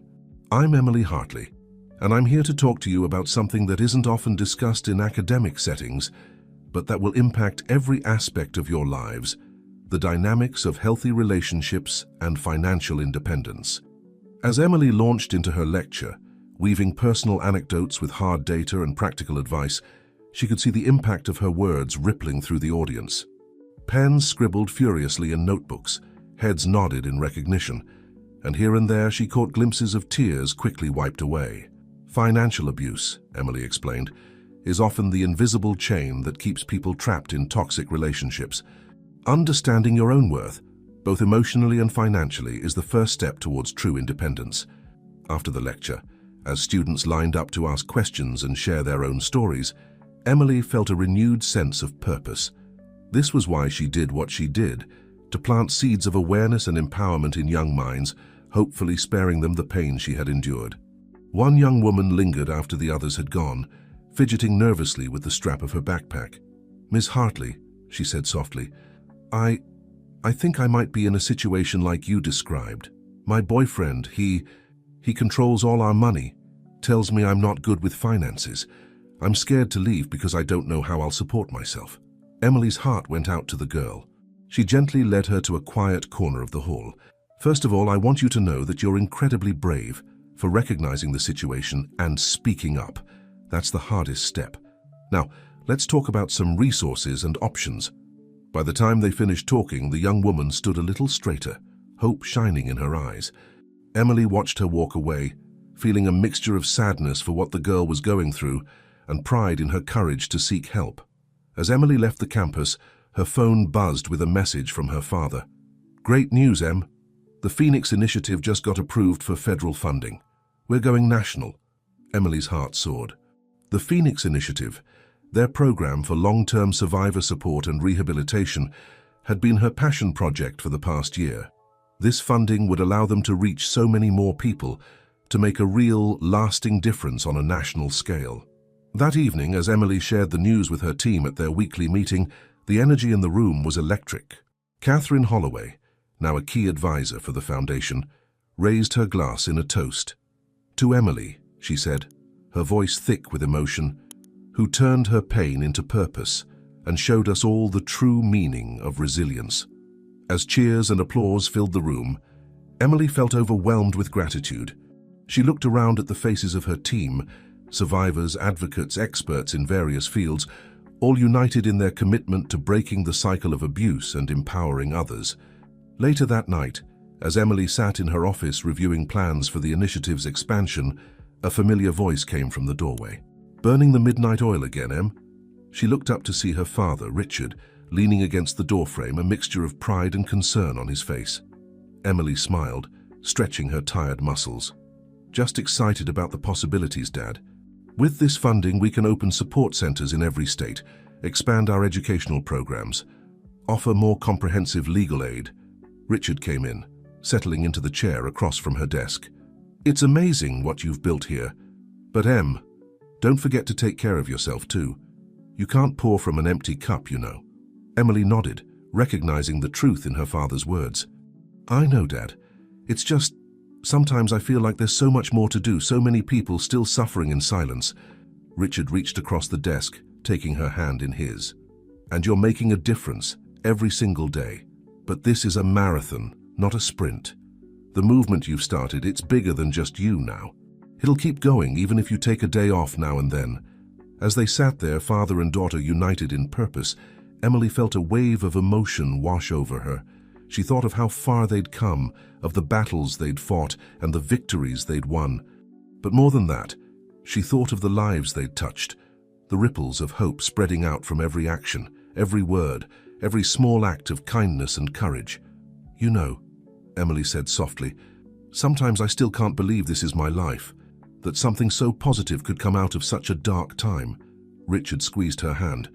That's the thing about light, Em. It shines brightest in the darkness. And you, my dear, are a beacon. As they left the office together, walking out into the cool night air, Emily felt a sense of peace settle over her. The road ahead was long, the work never-ending. But she was no longer walking alone. She had her father, her team, and a growing community of survivors and allies, all moving forward together. The stars twinkled overhead, a reminder of the vastness of the universe and the interconnectedness of all things. Emily thought of the young woman from the lecture, of Catherine Holloway's journey from victim to advocate, of all the lives touched and changed by the ripples of their work. And in that moment, Emily Hartley knew with absolute certainty that this was exactly where she was meant to be.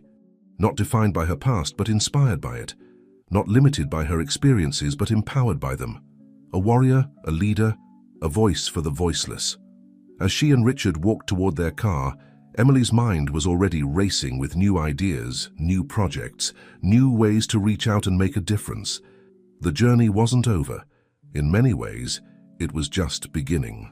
But with each step, with each life touched, with each small victory, they were creating a future brighter than any they could have imagined. The night was full of possibility, and Emily Hartley was ready to greet the dawn, knowing that with each new day came new opportunities to spread hope, to foster change, and to prove that even the deepest wounds could become wellsprings of strength and compassion. The early morning sun cast long shadows across Emily Hartley's desk as she sifted through her emails, her brow furrowed in concentration. The Hartley Foundation had grown exponentially over the past 2 years, and with that growth came new challenges and responsibilities. A knock on her office door broke her focus. "Come in," she called, looking up to see her assistant Jake enter with a concerned expression. "Emily, there's something you need to see," he said, handing her a tablet with a news article pulled up. As Emily read, her face paled. The headline blared, "James Forrester to be released on parole." For a moment, Emily felt as if the ground had dropped out from beneath her. James, the man who had systematically abused and manipulated her, was going to be free. All the old fears and anxieties she thought she'd conquered came rushing back in a tidal wave of emotion. "Are you okay?" Jake asked gently. "Should I call your father?" Emily took a deep breath, steadying herself. "No, I'll be fine. Can you clear my schedule for the morning? I need some time to process this." As Jake left, closing the door behind him, Emily leaned back in her chair, her mind racing. She had known this day would come eventually, but she hadn't expected it so soon. The article mentioned good behavior and overcrowding as reasons for the early release. With shaking hands, Emily picked up her phone and dialed a familiar number. "Frank? It's Emily. I need your help." Frank Blackwood, the private investigator who had been instrumental in building the case against James, listened patiently as Emily explained the situation. "I understand your concerns, Emily," he said when she finished. "I'll look into the conditions of his release and make sure all the proper protocols are in place. And I'll arrange for some discreet security for you, just in case." Emily thanked him, feeling a small measure of relief. But as she hung up, she couldn't shake the unease that had settled over her. She had worked so hard to rebuild her life, to transform her pain into something positive. Would James's release threaten all of that? A soft knock on her door interrupted her spiraling thoughts. She looked up to see her father standing there, concern etched on his face. "Jake called me," Richard said, crossing the room to embrace his daughter. "How are you holding up, Em?" Emily leaned into her father's comforting presence, allowing herself a moment of vulnerability. "I'm scared, Dad," she admitted. "Not just for myself, but for all the women we've helped. What if he tries to retaliate? What if—" Richard gently cut her off. "Emily, look at me. You are not the same woman you were when James had power over you. You're stronger now, wiser, and you're not alone. We've built a community, a support system. Whatever happens, we'll face it together."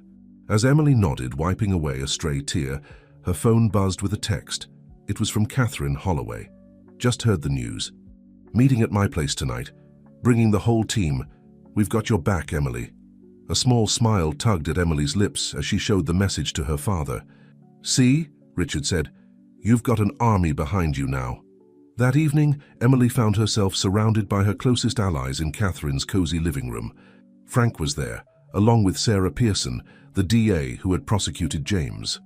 Several key members of the Foundation's staff had also come, as well as representatives from partner organizations. As they discussed strategies and safety measures, Emily felt her fear gradually being replaced by determination. Yes, James's release was a setback, but it was also an opportunity, a chance to show that they were stronger than the shadows of their past. "We need to get ahead of this," Sarah Pearson was saying. "Make a public statement, remind people of the importance of the work we're doing." Catherine nodded in agreement. "And we should reach out to the survivors in our network, especially those who might be triggered by this news. Let them know we're here for them." As the night wore on and plans were made, Emily found herself stepping out onto Catherine's balcony, needing a moment of quiet. The city stretched out before her, a tapestry of lights against the dark sky. She felt, rather than heard, her father join her. "Penny, for your thoughts?" he asked softly. Emily took a deep breath of the cool night air. "I was just thinking, 2 years ago, news like this would have destroyed me. I would have felt helpless, alone, but now you have an entire community ready to stand with you," Richard finished. Emily nodded, a determined glint in her eye. "More than that, Dad. Now I have the power to turn this into something positive. To use it as a reminder of why our work is so important, why we can never stop fighting." Richard put an arm around her shoulders, pride evident in his voice. "That's my girl. So, what's the plan?" Emily turned to face him, her mind already racing with ideas. "We're going to use this as a rallying cry. A campaign to strengthen parole conditions for abusers, to improve support systems for survivors post-trial. And we're going to tell our story, not just mine, but all of ours, louder than ever." As they rejoined the group inside, Emily felt a renewed sense of purpose. Yes, the shadows of the past still lingered, but they no longer had the power to eclipse the light she and her allies had worked so hard to cultivate.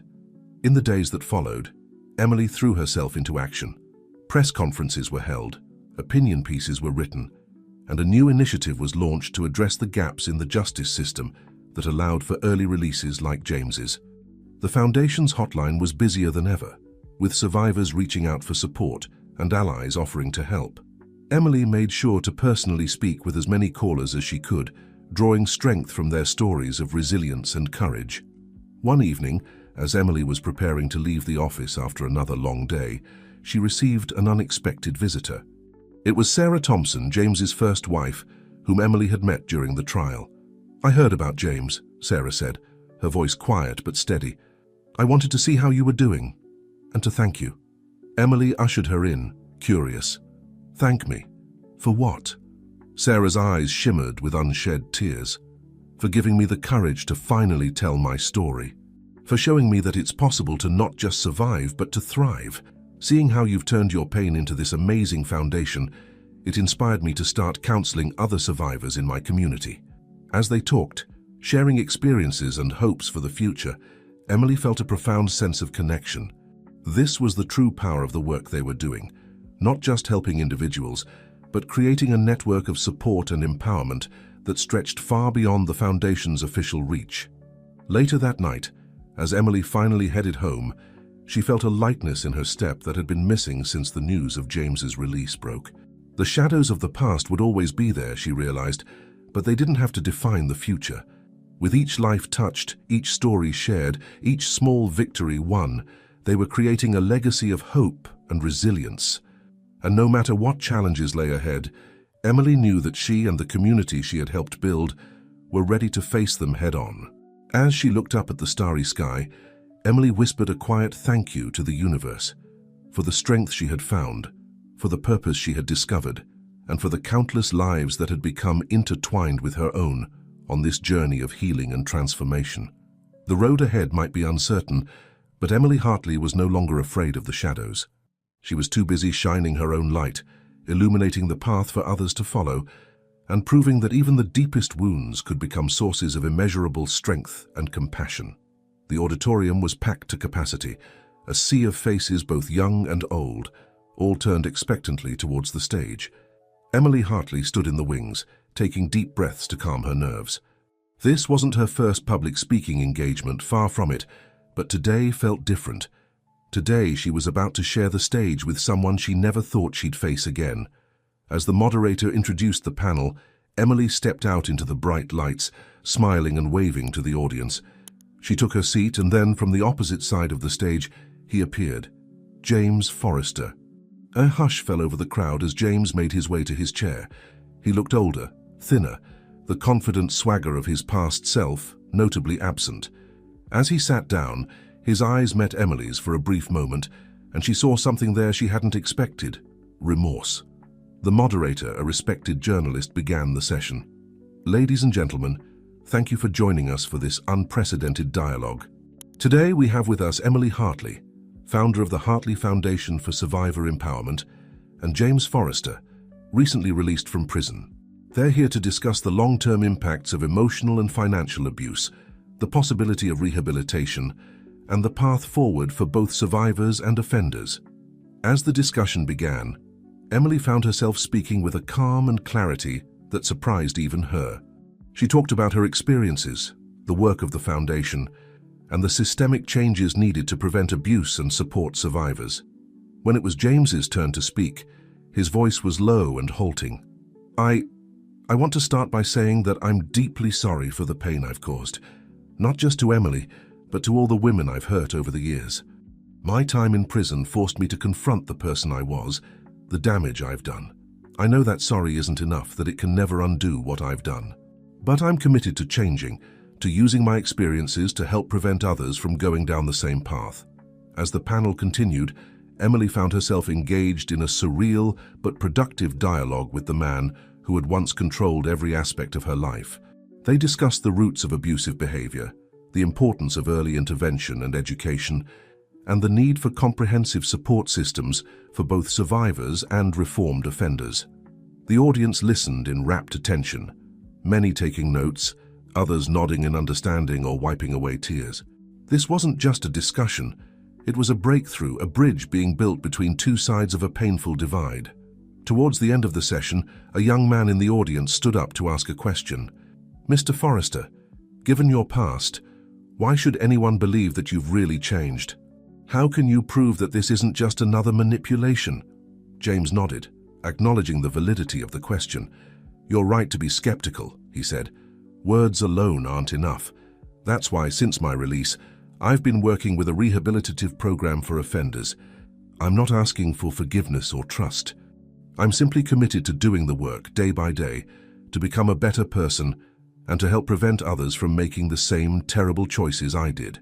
As the panel concluded, Emily felt a complex mix of emotions. There was still anger and pain, yes, but also a glimmer of something else. Hope, perhaps. Not for reconciliation. Some bridges once burned can never be rebuilt, but for a future where cycles of abuse could be broken before they began. After the event, as Emily was gathering her things, she felt a presence behind her. She turned to find James standing there a respectful distance away. Emily, he said softly, I know I have no right to speak to you, but I wanted to thank you for agreeing to this panel and to tell you how incredibly sorry I am. The work you're doing, It's amazing. You've turned what I did to you into something powerful and positive. I know it doesn't change the past, but I want you to know that I'll spend the rest of my life trying to make amends." Emily looked at him for a long moment, seeing not the charming, manipulative man she had married, but a broken individual struggling to find redemption. "James," she replied, her voice steady, "I can't forgive you. Not now, maybe not ever. But I appreciate your willingness to be part of this dialogue. If you're serious about change, about prevention, then keep doing the work. Not for me, but for all the potential victims out there who might be spared because of education and intervention." James nodded, his eyes glistening with unshed tears. "I understand. Thank you, Emily." "For everything." As James walked away, Emily felt a weight lift from her shoulders. She had faced her abuser not from a place of fear or victimhood, but from a position of strength and purpose. Later that evening, as Emily recounted the events of the day to her father over dinner, Richard listened with a mix of concern and pride. "How you continue to amaze me, Em," he said, reaching across the table to squeeze her hand. "Are you okay, though? Seeing him again, talking to him, it must have been incredibly difficult." Emily took a sip of her wine, considering the question. "It was hard," she admitted. "There was a moment when I saw him and all the old fear came rushing back. But then I remembered who I am now, what I've built, and I realized that he no longer has any power over me." She paused, a thoughtful expression crossing her face. "You know, Dad, today made me realize something. The work we're doing with the foundation, it's not just about helping survivors. It's about breaking the cycle completely. And that means finding ways to rehabilitate offenders, to educate young people before abusive patterns set in." Richard nodded, a proud smile on his face. "That's a big undertaking, Em. But if anyone can do it, it's you." As the night wore on, Emily's mind raced with new ideas and possibilities. The panel had opened up avenues she hadn't considered before. Perhaps there was a way to collaborate with rehabilitative programs to create a more holistic approach to abuse prevention and recovery. The next morning, Emily called an emergency meeting with her team at the foundation. As she shared her experiences from the panel and her new insights, she could see the excitement building in her colleagues' eyes. "This could be groundbreaking," Catherine Holloway said, her voice filled with enthusiasm. "A truly comprehensive approach to breaking the cycle of abuse." As they brainstormed and planned, Emily felt a renewed sense of purpose. Yes, facing James had been difficult, but it had also shown her that there were still frontiers to explore in their work, still bridges to be built and understandings to be fostered. The path ahead would not be easy. There would be skeptics, detractors, and challenges aplenty. But Emily Hartley was no stranger to adversity. She had turned her deepest pain into her greatest strength, and she was ready to take this next step in her journey. As the meeting concluded and her team dispersed, energized and motivated, Emily stood by the window of her office, looking out at the city below. She thought of all the lives intertwined with hers, all the stories yet to be told, all the change yet to be made. With a small smile, she turned back to her desk, ready to get to work. The future was unwritten, full of possibility, and Emily was determined to fill its pages with hope, healing, and transformative change. The bridges of understanding they were building might be fragile, might require constant maintenance and care. But with each small step, each difficult conversation, each mind opened and life touched, they were creating a future where the cycles of the past no longer dictated the stories of tomorrow. And for Emily Hartley, that was a future worth fighting for. One day, one life, one bridge at a time. The soft glow of dawn was just beginning to paint the sky as Emily Hartley stood at the podium, her heart racing with a mixture of excitement and nervousness. Before her stretched a sea of faces, survivors, advocates, lawmakers, and media representatives from across the country. This was the opening of the first National Summit on Abuse Prevention and Survivor Empowerment, a landmark event that Emily and her team had spent months organizing. "Welcome," Emily began, her voice strong and clear. "5 years ago, I stood in a courtroom, reclaiming my voice after years of abuse. Today, I stand before you not as a victim, but as a leader in a movement that is changing lives and reshaping our society's approach to abuse prevention and survivor support." As Emily delivered her keynote address, outlining the summit's ambitious goals and the Hartley Foundation's new initiatives, she couldn't help but reflect on the journey that had brought her to this moment. The pain, the struggles, the victories, both small and large, all had led to this. Our work is no longer just about helping survivors escape and heal, Emily continued. It's about breaking the cycle completely. It's about education, prevention, rehabilitation, and systemic change. And it's about time we addressed all aspects of this complex issue. In the front row, Richard Hartley watched his daughter with pride swelling in his chest. Emily had come so far, transforming her personal tragedy into a force for positive change on a scale neither of them could have imagined. As the day progressed, Emily found herself constantly on the move, moderating panel discussions, networking with potential partners, and giving interviews to eager journalists. The energy at the summit was palpable, a sense of hope and determination permeating every conversation. During a brief break, Emily slipped into a quiet corner, needing a moment to catch her breath. She was surprised to find Catherine Holloway already there, looking out a window at the bustling city below. "Quite a turnout," Catherine said, smiling warmly at Emily. "You've really started something big here, you know." Emily joined her at the window. "We've started something big," she corrected gently. "I couldn't have done any of this without you, Catherine."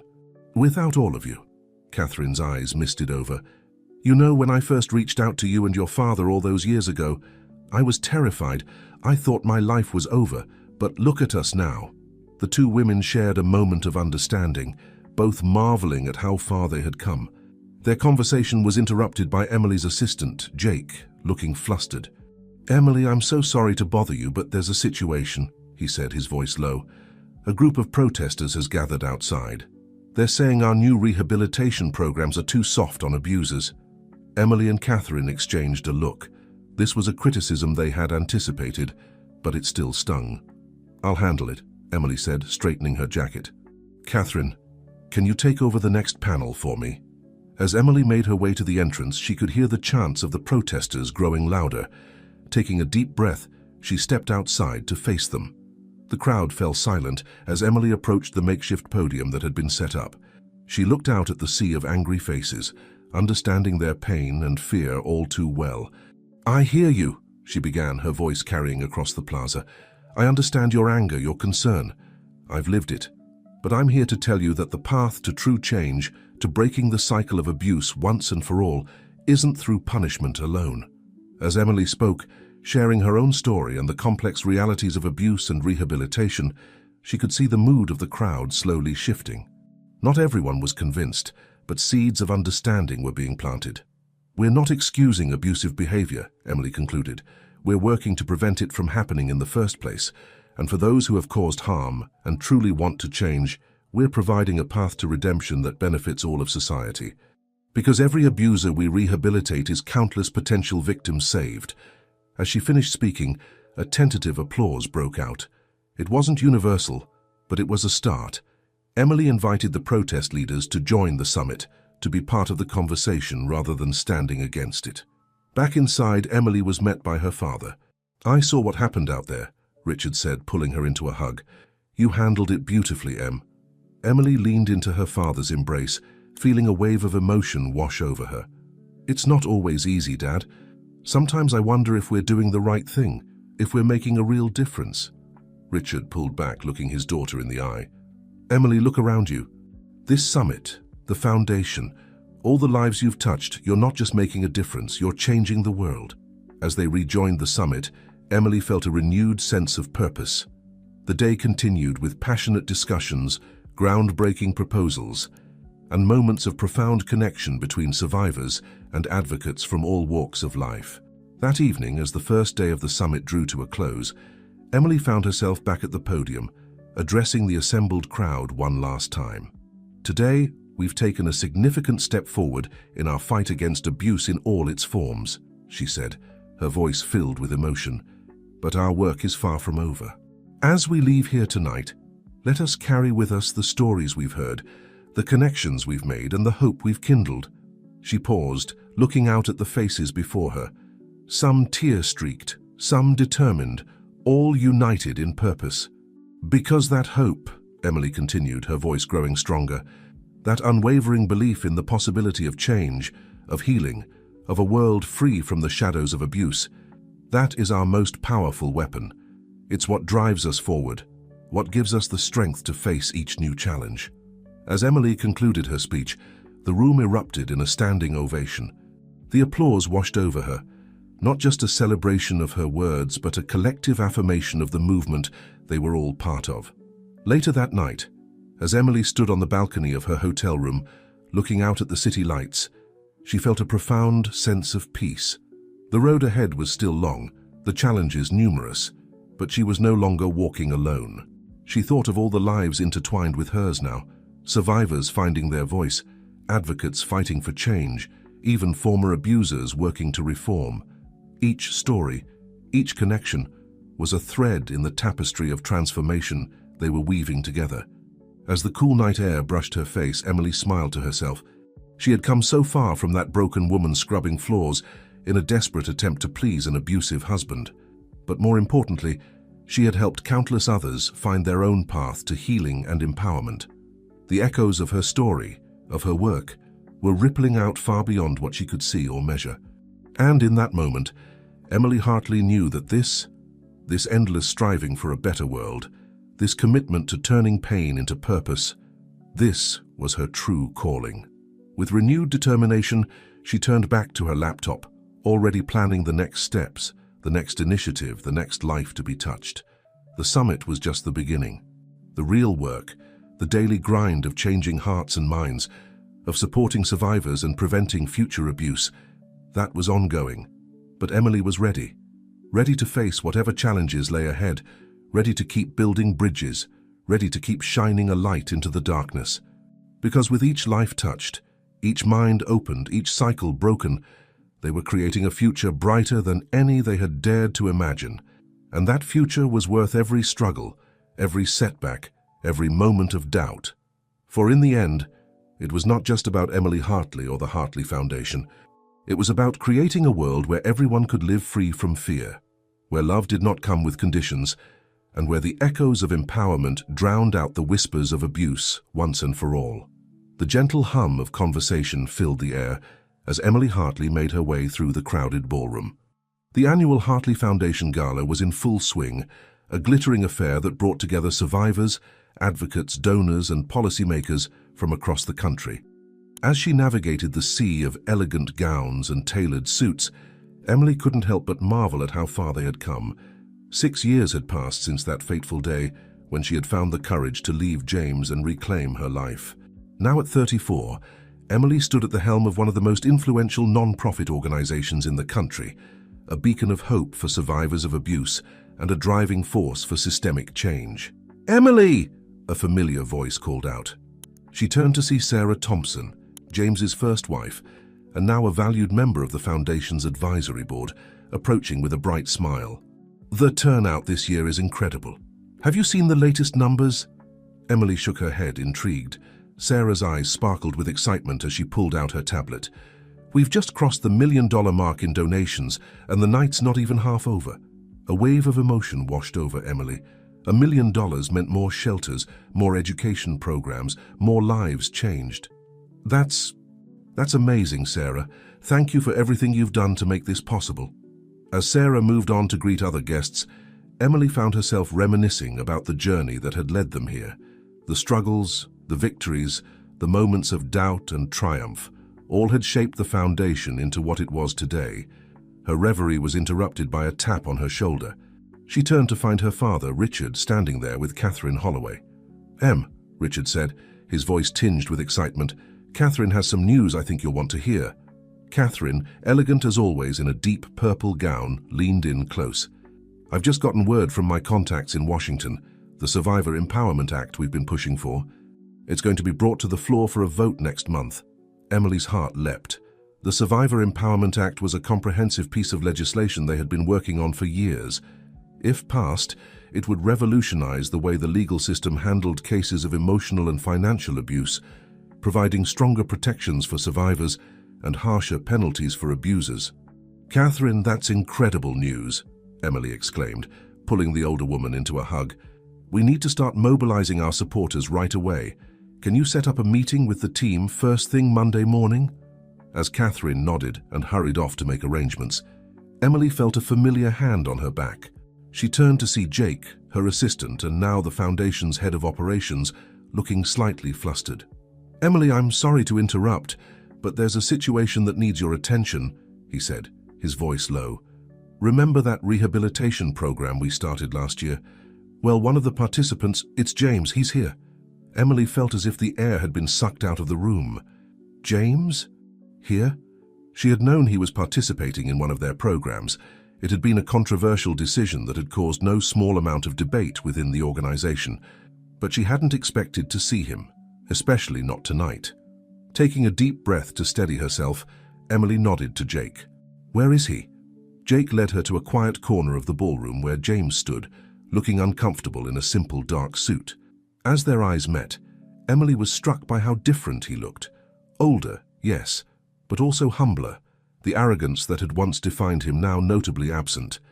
"Emily," James said softly as she approached, I'm sorry for intruding. I know I shouldn't be here, I wanted to thank you. The program, it's changed my life, made me confront who I was, who I want to be." Emily studied him for a long moment, a whirlwind of emotions coursing through her, anger, fear, pity, but also, surprisingly, a sense of validation. This, after all, was why they had started the rehabilitation programs in the first place. "James," she finally said, her voice steady, "I appreciate you coming to say this, but you're right, you shouldn't be here. This event is for survivors, for people working to make a difference. You're on a journey, and I hope it's sincere. But that journey isn't over, and your presence here could be very triggering for many of our guests." James nodded, looking ashamed.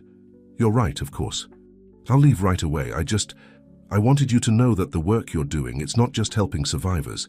It's helping people like me break the cycle too. Thank you, Emily, for everything." As James turned to go, Emily felt a hand on her shoulder. She looked up to see her father standing there, a mixture of concern and pride on his face. "You okay, Em?" Richard asked softly. Emily took a deep breath, surprised to find that she actually was. "Yeah, Dad, I am.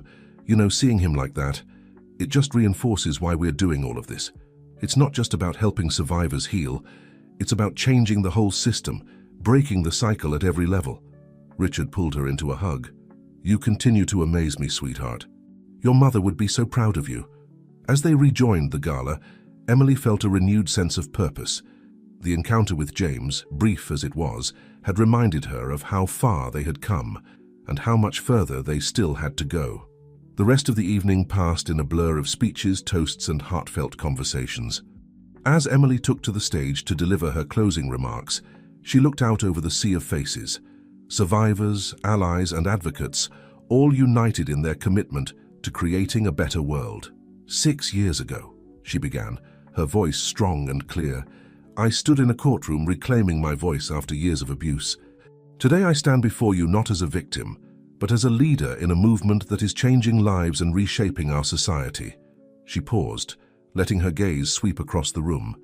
"But my story is just one of many. Each of you here tonight has your own story, your own reason for joining this fight. And it's those stories, those reasons, that give our movement its power." As Emily continued outlining their achievements and their plans for the future, she felt a surge of emotion. This wasn't just about her anymore. It was about every life touched, every cycle broken, every future reclaimed. "The winds of change are blowing," she concluded, her voice filled with passion. "And together we are that wind. We are the force that will reshape our world, that will create a future where no one has to live in fear, where everyone has the power to write their own story."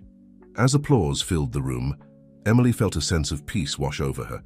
The road ahead was still long, the challenges numerous, but looking out at the faces before her, determined, hopeful, united, she knew that they were equal to the task. For in the end, it wasn't just about Emily Hartley or the Hartley Foundation. It was about a movement, a revolution of compassion and courage that was changing the world one life, one law, one heart at a time. And as Emily stepped down from the stage, ready to greet the next challenge, the next opportunity to make a difference, she knew that this endless striving for a better world, this commitment to turning pain into purpose, this was not just her calling, but her legacy. The winds of change were indeed blowing, and Emily Hartley was proud to be at the forefront, helping to chart the course toward a brighter, more empowered future for all. The morning sun streamed through the windows of Emily Hartley's office, casting a warm glow over the awards and accolades that lined the walls. At 35, Emily had become a nationally recognized figure in the fight against abuse and for survivor empowerment. But today, her mind was far from the praise and recognition. Instead, she found herself lost in thought, staring at a small framed photo on her desk. The picture showed a younger Emily, smiling broadly, her arms around a group of women. It was taken at the opening of their first survivor support center, nearly 7 years ago. So much had changed since then, yet the core of their mission remained the same. A knock on the door jolted Emily from her reverie. "Come in," she called, straightening up in her chair. Catherine Holloway entered, a tablet in hand and a look of excitement on her face. "Emily, I've got great news. The Survivor Empowerment Act passed. It's going to be signed into law next week." Emily's heart soared. This was the culmination of years of hard work, lobbying, and grassroots organizing. The act would provide unprecedented protections and support for survivors of all forms of abuse. "Catherine, that's incredible. We need to celebrate, to thank everyone who made this possible." As they began to plan a press conference and celebration, Emily's phone buzzed with a text from her father. "Proud of you, Em. Mom would be too. Dinner tonight to celebrate?" Emily smiled, feeling a wave of emotion wash over her. Her father had been her rock through everything, and his unwavering support had meant the world to her. Just then, Jake burst into the office, slightly out of breath. "Emily, you need to see this," he said, turning on the office TV. The screen flickered to life, showing a live news broadcast. Emily's breath caught in her throat as she recognized the figure being led away in handcuffs, Victor Holloway. The news anchor's voice filled the room. In a shocking turn of events, business mogul Victor Holloway has been arrested on charges of racketeering, fraud, and conspiracy. Sources say the arrest is the result of a years-long investigation, with key evidence provided by Holloway's ex-wife, Catherine.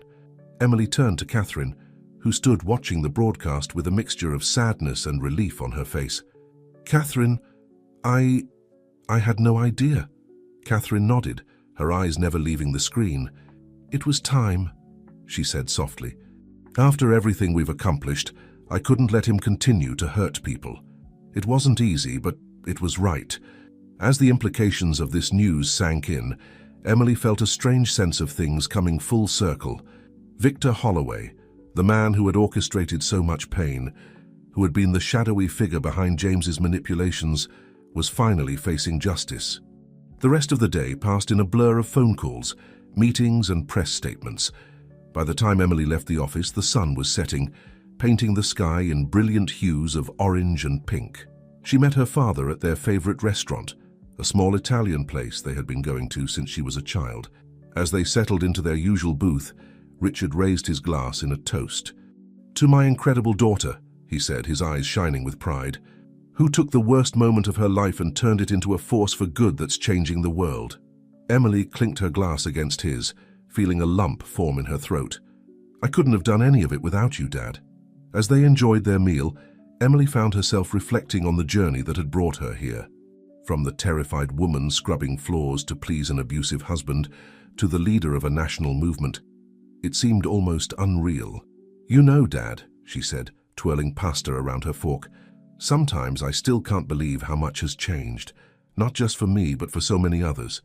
The stories I hear every day, the lives we're touching, it's overwhelming sometimes." Richard reached across the table, squeezing her hand. "That's the thing about pain, Em.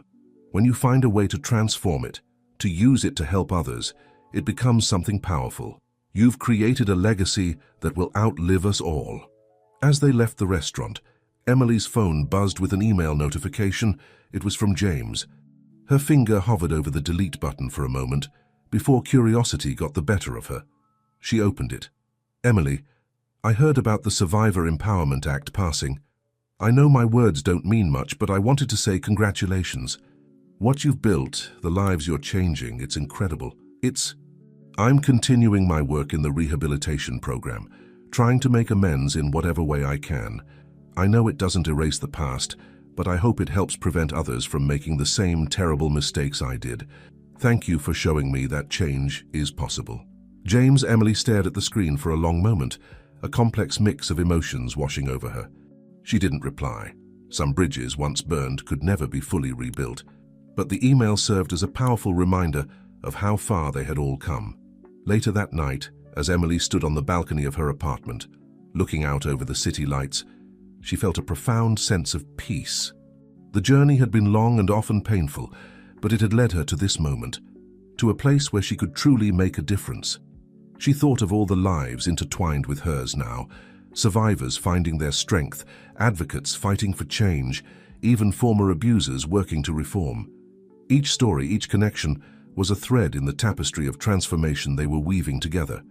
The Survivor Empowerment Act, Victor Holloway's arrest, James's ongoing rehabilitation, they were all part of a larger shift, a changing tide in how society viewed and addressed abuse. And Emily Hartley was at the forefront, helping to guide that change. As she turned to go back inside, Emily caught sight of her reflection in the window. She saw not just herself, but echoes of every survivor she had met, every story she had heard. She saw the strength that comes from overcoming, the wisdom born of pain, and the fierce determination to create a better world. In that moment, Emily knew that while her personal journey of healing might have come full circle, the larger journey, the fight for a world free from abuse, where every person could live with dignity and self-determination, was far from over. But she was ready. Ready to face whatever challenges lay ahead, ready to keep building bridges, ready to keep shining a light into the darkness. Because with each life touched, each mind opened, each cycle broken, they were creating a future brighter than any they had dared to imagine. And as the city hummed with life below her, Emily Hartley smiled, ready to greet the dawn of a new day, a new challenge, a new opportunity to change the world. For in the end, it wasn't just about coming full circle, it was about spiraling upward, ever higher, towards a future where everyone could find their voice, reclaim their power, and write their own story of triumph and transformation. The conference room buzzed with anticipation as Emily Hartley took her seat at the head of the table. Around her sat the core team of the Hartley Foundation, each face a testament to the journey they had all undertaken together. "All right, everyone," Emily began, her voice carrying the quiet confidence of a leader who had weathered many storms.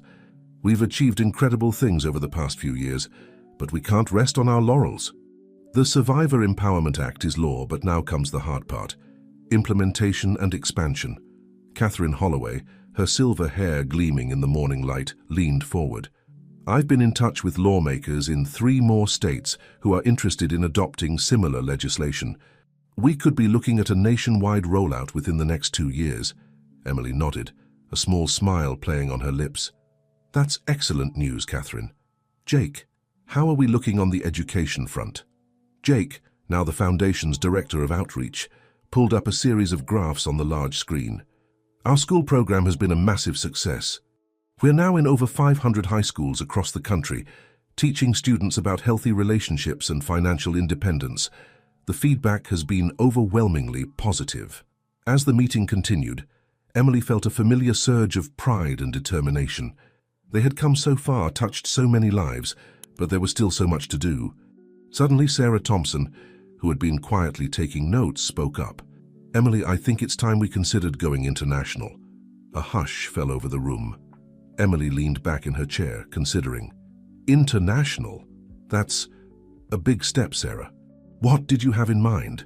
Sarah's eyes shone with excitement as she outlined her vision, partnering with NGOs in developing countries, adapting their programs to different cultural contexts, creating a global network of survivor support and empowerment. As the team delved into a spirited discussion about the possibilities and challenges of international expansion, Emily found herself thinking back to where it all began, from a small support group to a national movement, and now, potentially a global force for change. The meeting ran long into the afternoon, ideas flying back and forth, plans taking shape. By the time they adjourned, Emily felt a renewed sense of purpose and excitement. As she packed up her things, Catherine approached her desk. "Emily, do you have a moment?" Emily nodded, noticing the serious look on Catherine's face. "Of course. What's on your mind?" Catherine took a deep breath. "I've been thinking, with Victor's trial coming up, I'm going to be in the spotlight again. I want to use that attention to further our cause. I'm considering writing a book, sharing my story in full for the first time. Emily reached out, squeezing Catherine's hand. Catherine, that's incredibly brave. Are you sure you're ready for that level of exposure? Catherine nodded, a determined glint in her eye. I am. It's time, and I was hoping you might consider writing the foreword. Emotion welled up in Emily's throat. I'd be honored, she said softly. As Catherine left, Emily found herself reflecting on the intricate web of relationships and experiences that had brought them all to this point. Each person on her team, each survivor they had helped, each challenge they had faced, all were threads in the tapestry of their shared mission. Later that evening, as Emily recounted the day's events to her father over dinner, Richard listened with a mixture of pride and amazement. International expansion, Em? That's incredible. Your mother would be over the moon. Emily smiled, feeling the familiar pang of missing her mother. I wish she could see it all, Dad. Sometimes I wonder what she'd think of everything we've accomplished. Richard reached across the table, taking his daughter's hand. She sees it, Em, I'm sure of it, and she's as proud as I am. As they finished their meal, Emily's phone buzzed with a news alert. She glanced at it, her eyes widening. Dad, look at this. The headline read, Tech giant announces partnership with Hartley Foundation to develop AI-driven abuse detection and prevention tools. Richard let out a low whistle. Now that's something. AI for abuse prevention? How did this come about? Emily grinned, excitement building in her voice. We've been in talks for months, but I didn't want to say anything until it was finalized. Dad, this could be game-changing. Imagine being able to detect patterns of abusive behavior in online communications, to intervene before things escalate. As they discussed the possibilities and potential challenges of this new venture, Emily felt that familiar spark of innovation and hope. They were entering uncharted territory, pushing the boundaries of what was possible in the fight against abuse. Later that night, as Emily stood on her balcony looking out over the city, she felt a sense of anticipation for what lay ahead. The Hartley Foundation was evolving, growing in ways she never could have imagined when she first started this journey. International expansion, cutting-edge technology, new partnerships and challenges. The horizon was wide open, full of possibility. And while the path forward might be uncertain, Emily knew one thing for sure. They would face it together, with the same determination and compassion that had brought them this far. As she turned to go back inside, Emily caught sight of her reflection in the window. She saw not just herself, but echoes of every person who had been part of this journey. Survivors, advocates, allies. She saw the strength of a movement that had started with one voice and had grown into a chorus of change. With a smile, Emily Hartley stepped back into her apartment, ready to embrace the new chapter that was unfolding. The work was far from over, but with each new horizon they reached, they were one step closer to a world where everyone could live free from abuse, empowered to write their own stories of triumph and transformation. The future was calling, and Emily and her team were ready to answer, carrying with them the lessons of the past, the strength of the present, and the hope of a brighter tomorrow. The sun was setting over the city as Emily Hartley stood at the podium, looking out over a sea of faces. It was the 10th anniversary gala of the Hartley Foundation, and the grand ballroom was packed with survivors, advocates, donors, and policymakers from around the world. 10 years ago, Emily began, her voice strong and clear. I stood in a courtroom, reclaiming my voice after years of abuse. Today I stand before you not just as a survivor, but as part of a global movement that is changing lives and reshaping our world's approach to abuse prevention and survivor empowerment. As Emily spoke, highlighting the Foundation's achievements over the past decade, she couldn't help but marvel at how far they had come. From a small support group to an international organization with offices in 15 countries, from local outreach programs to partnerships with tech giants and governments worldwide. But our work is far from over, Emily continued, her passion evident in every word. As we celebrate our achievements, we must also recognize the challenges that lie ahead. Abuse knows no borders, no cultural boundaries. It adapts and evolves, finding new ways to exert control and cause harm. But so do we. We evolve, we innovate, we persevere. She went on to outline their plans for the future, expanding their AI-driven prevention tools, launching a global education initiative, and pushing for international laws to protect survivors and hold abusers accountable.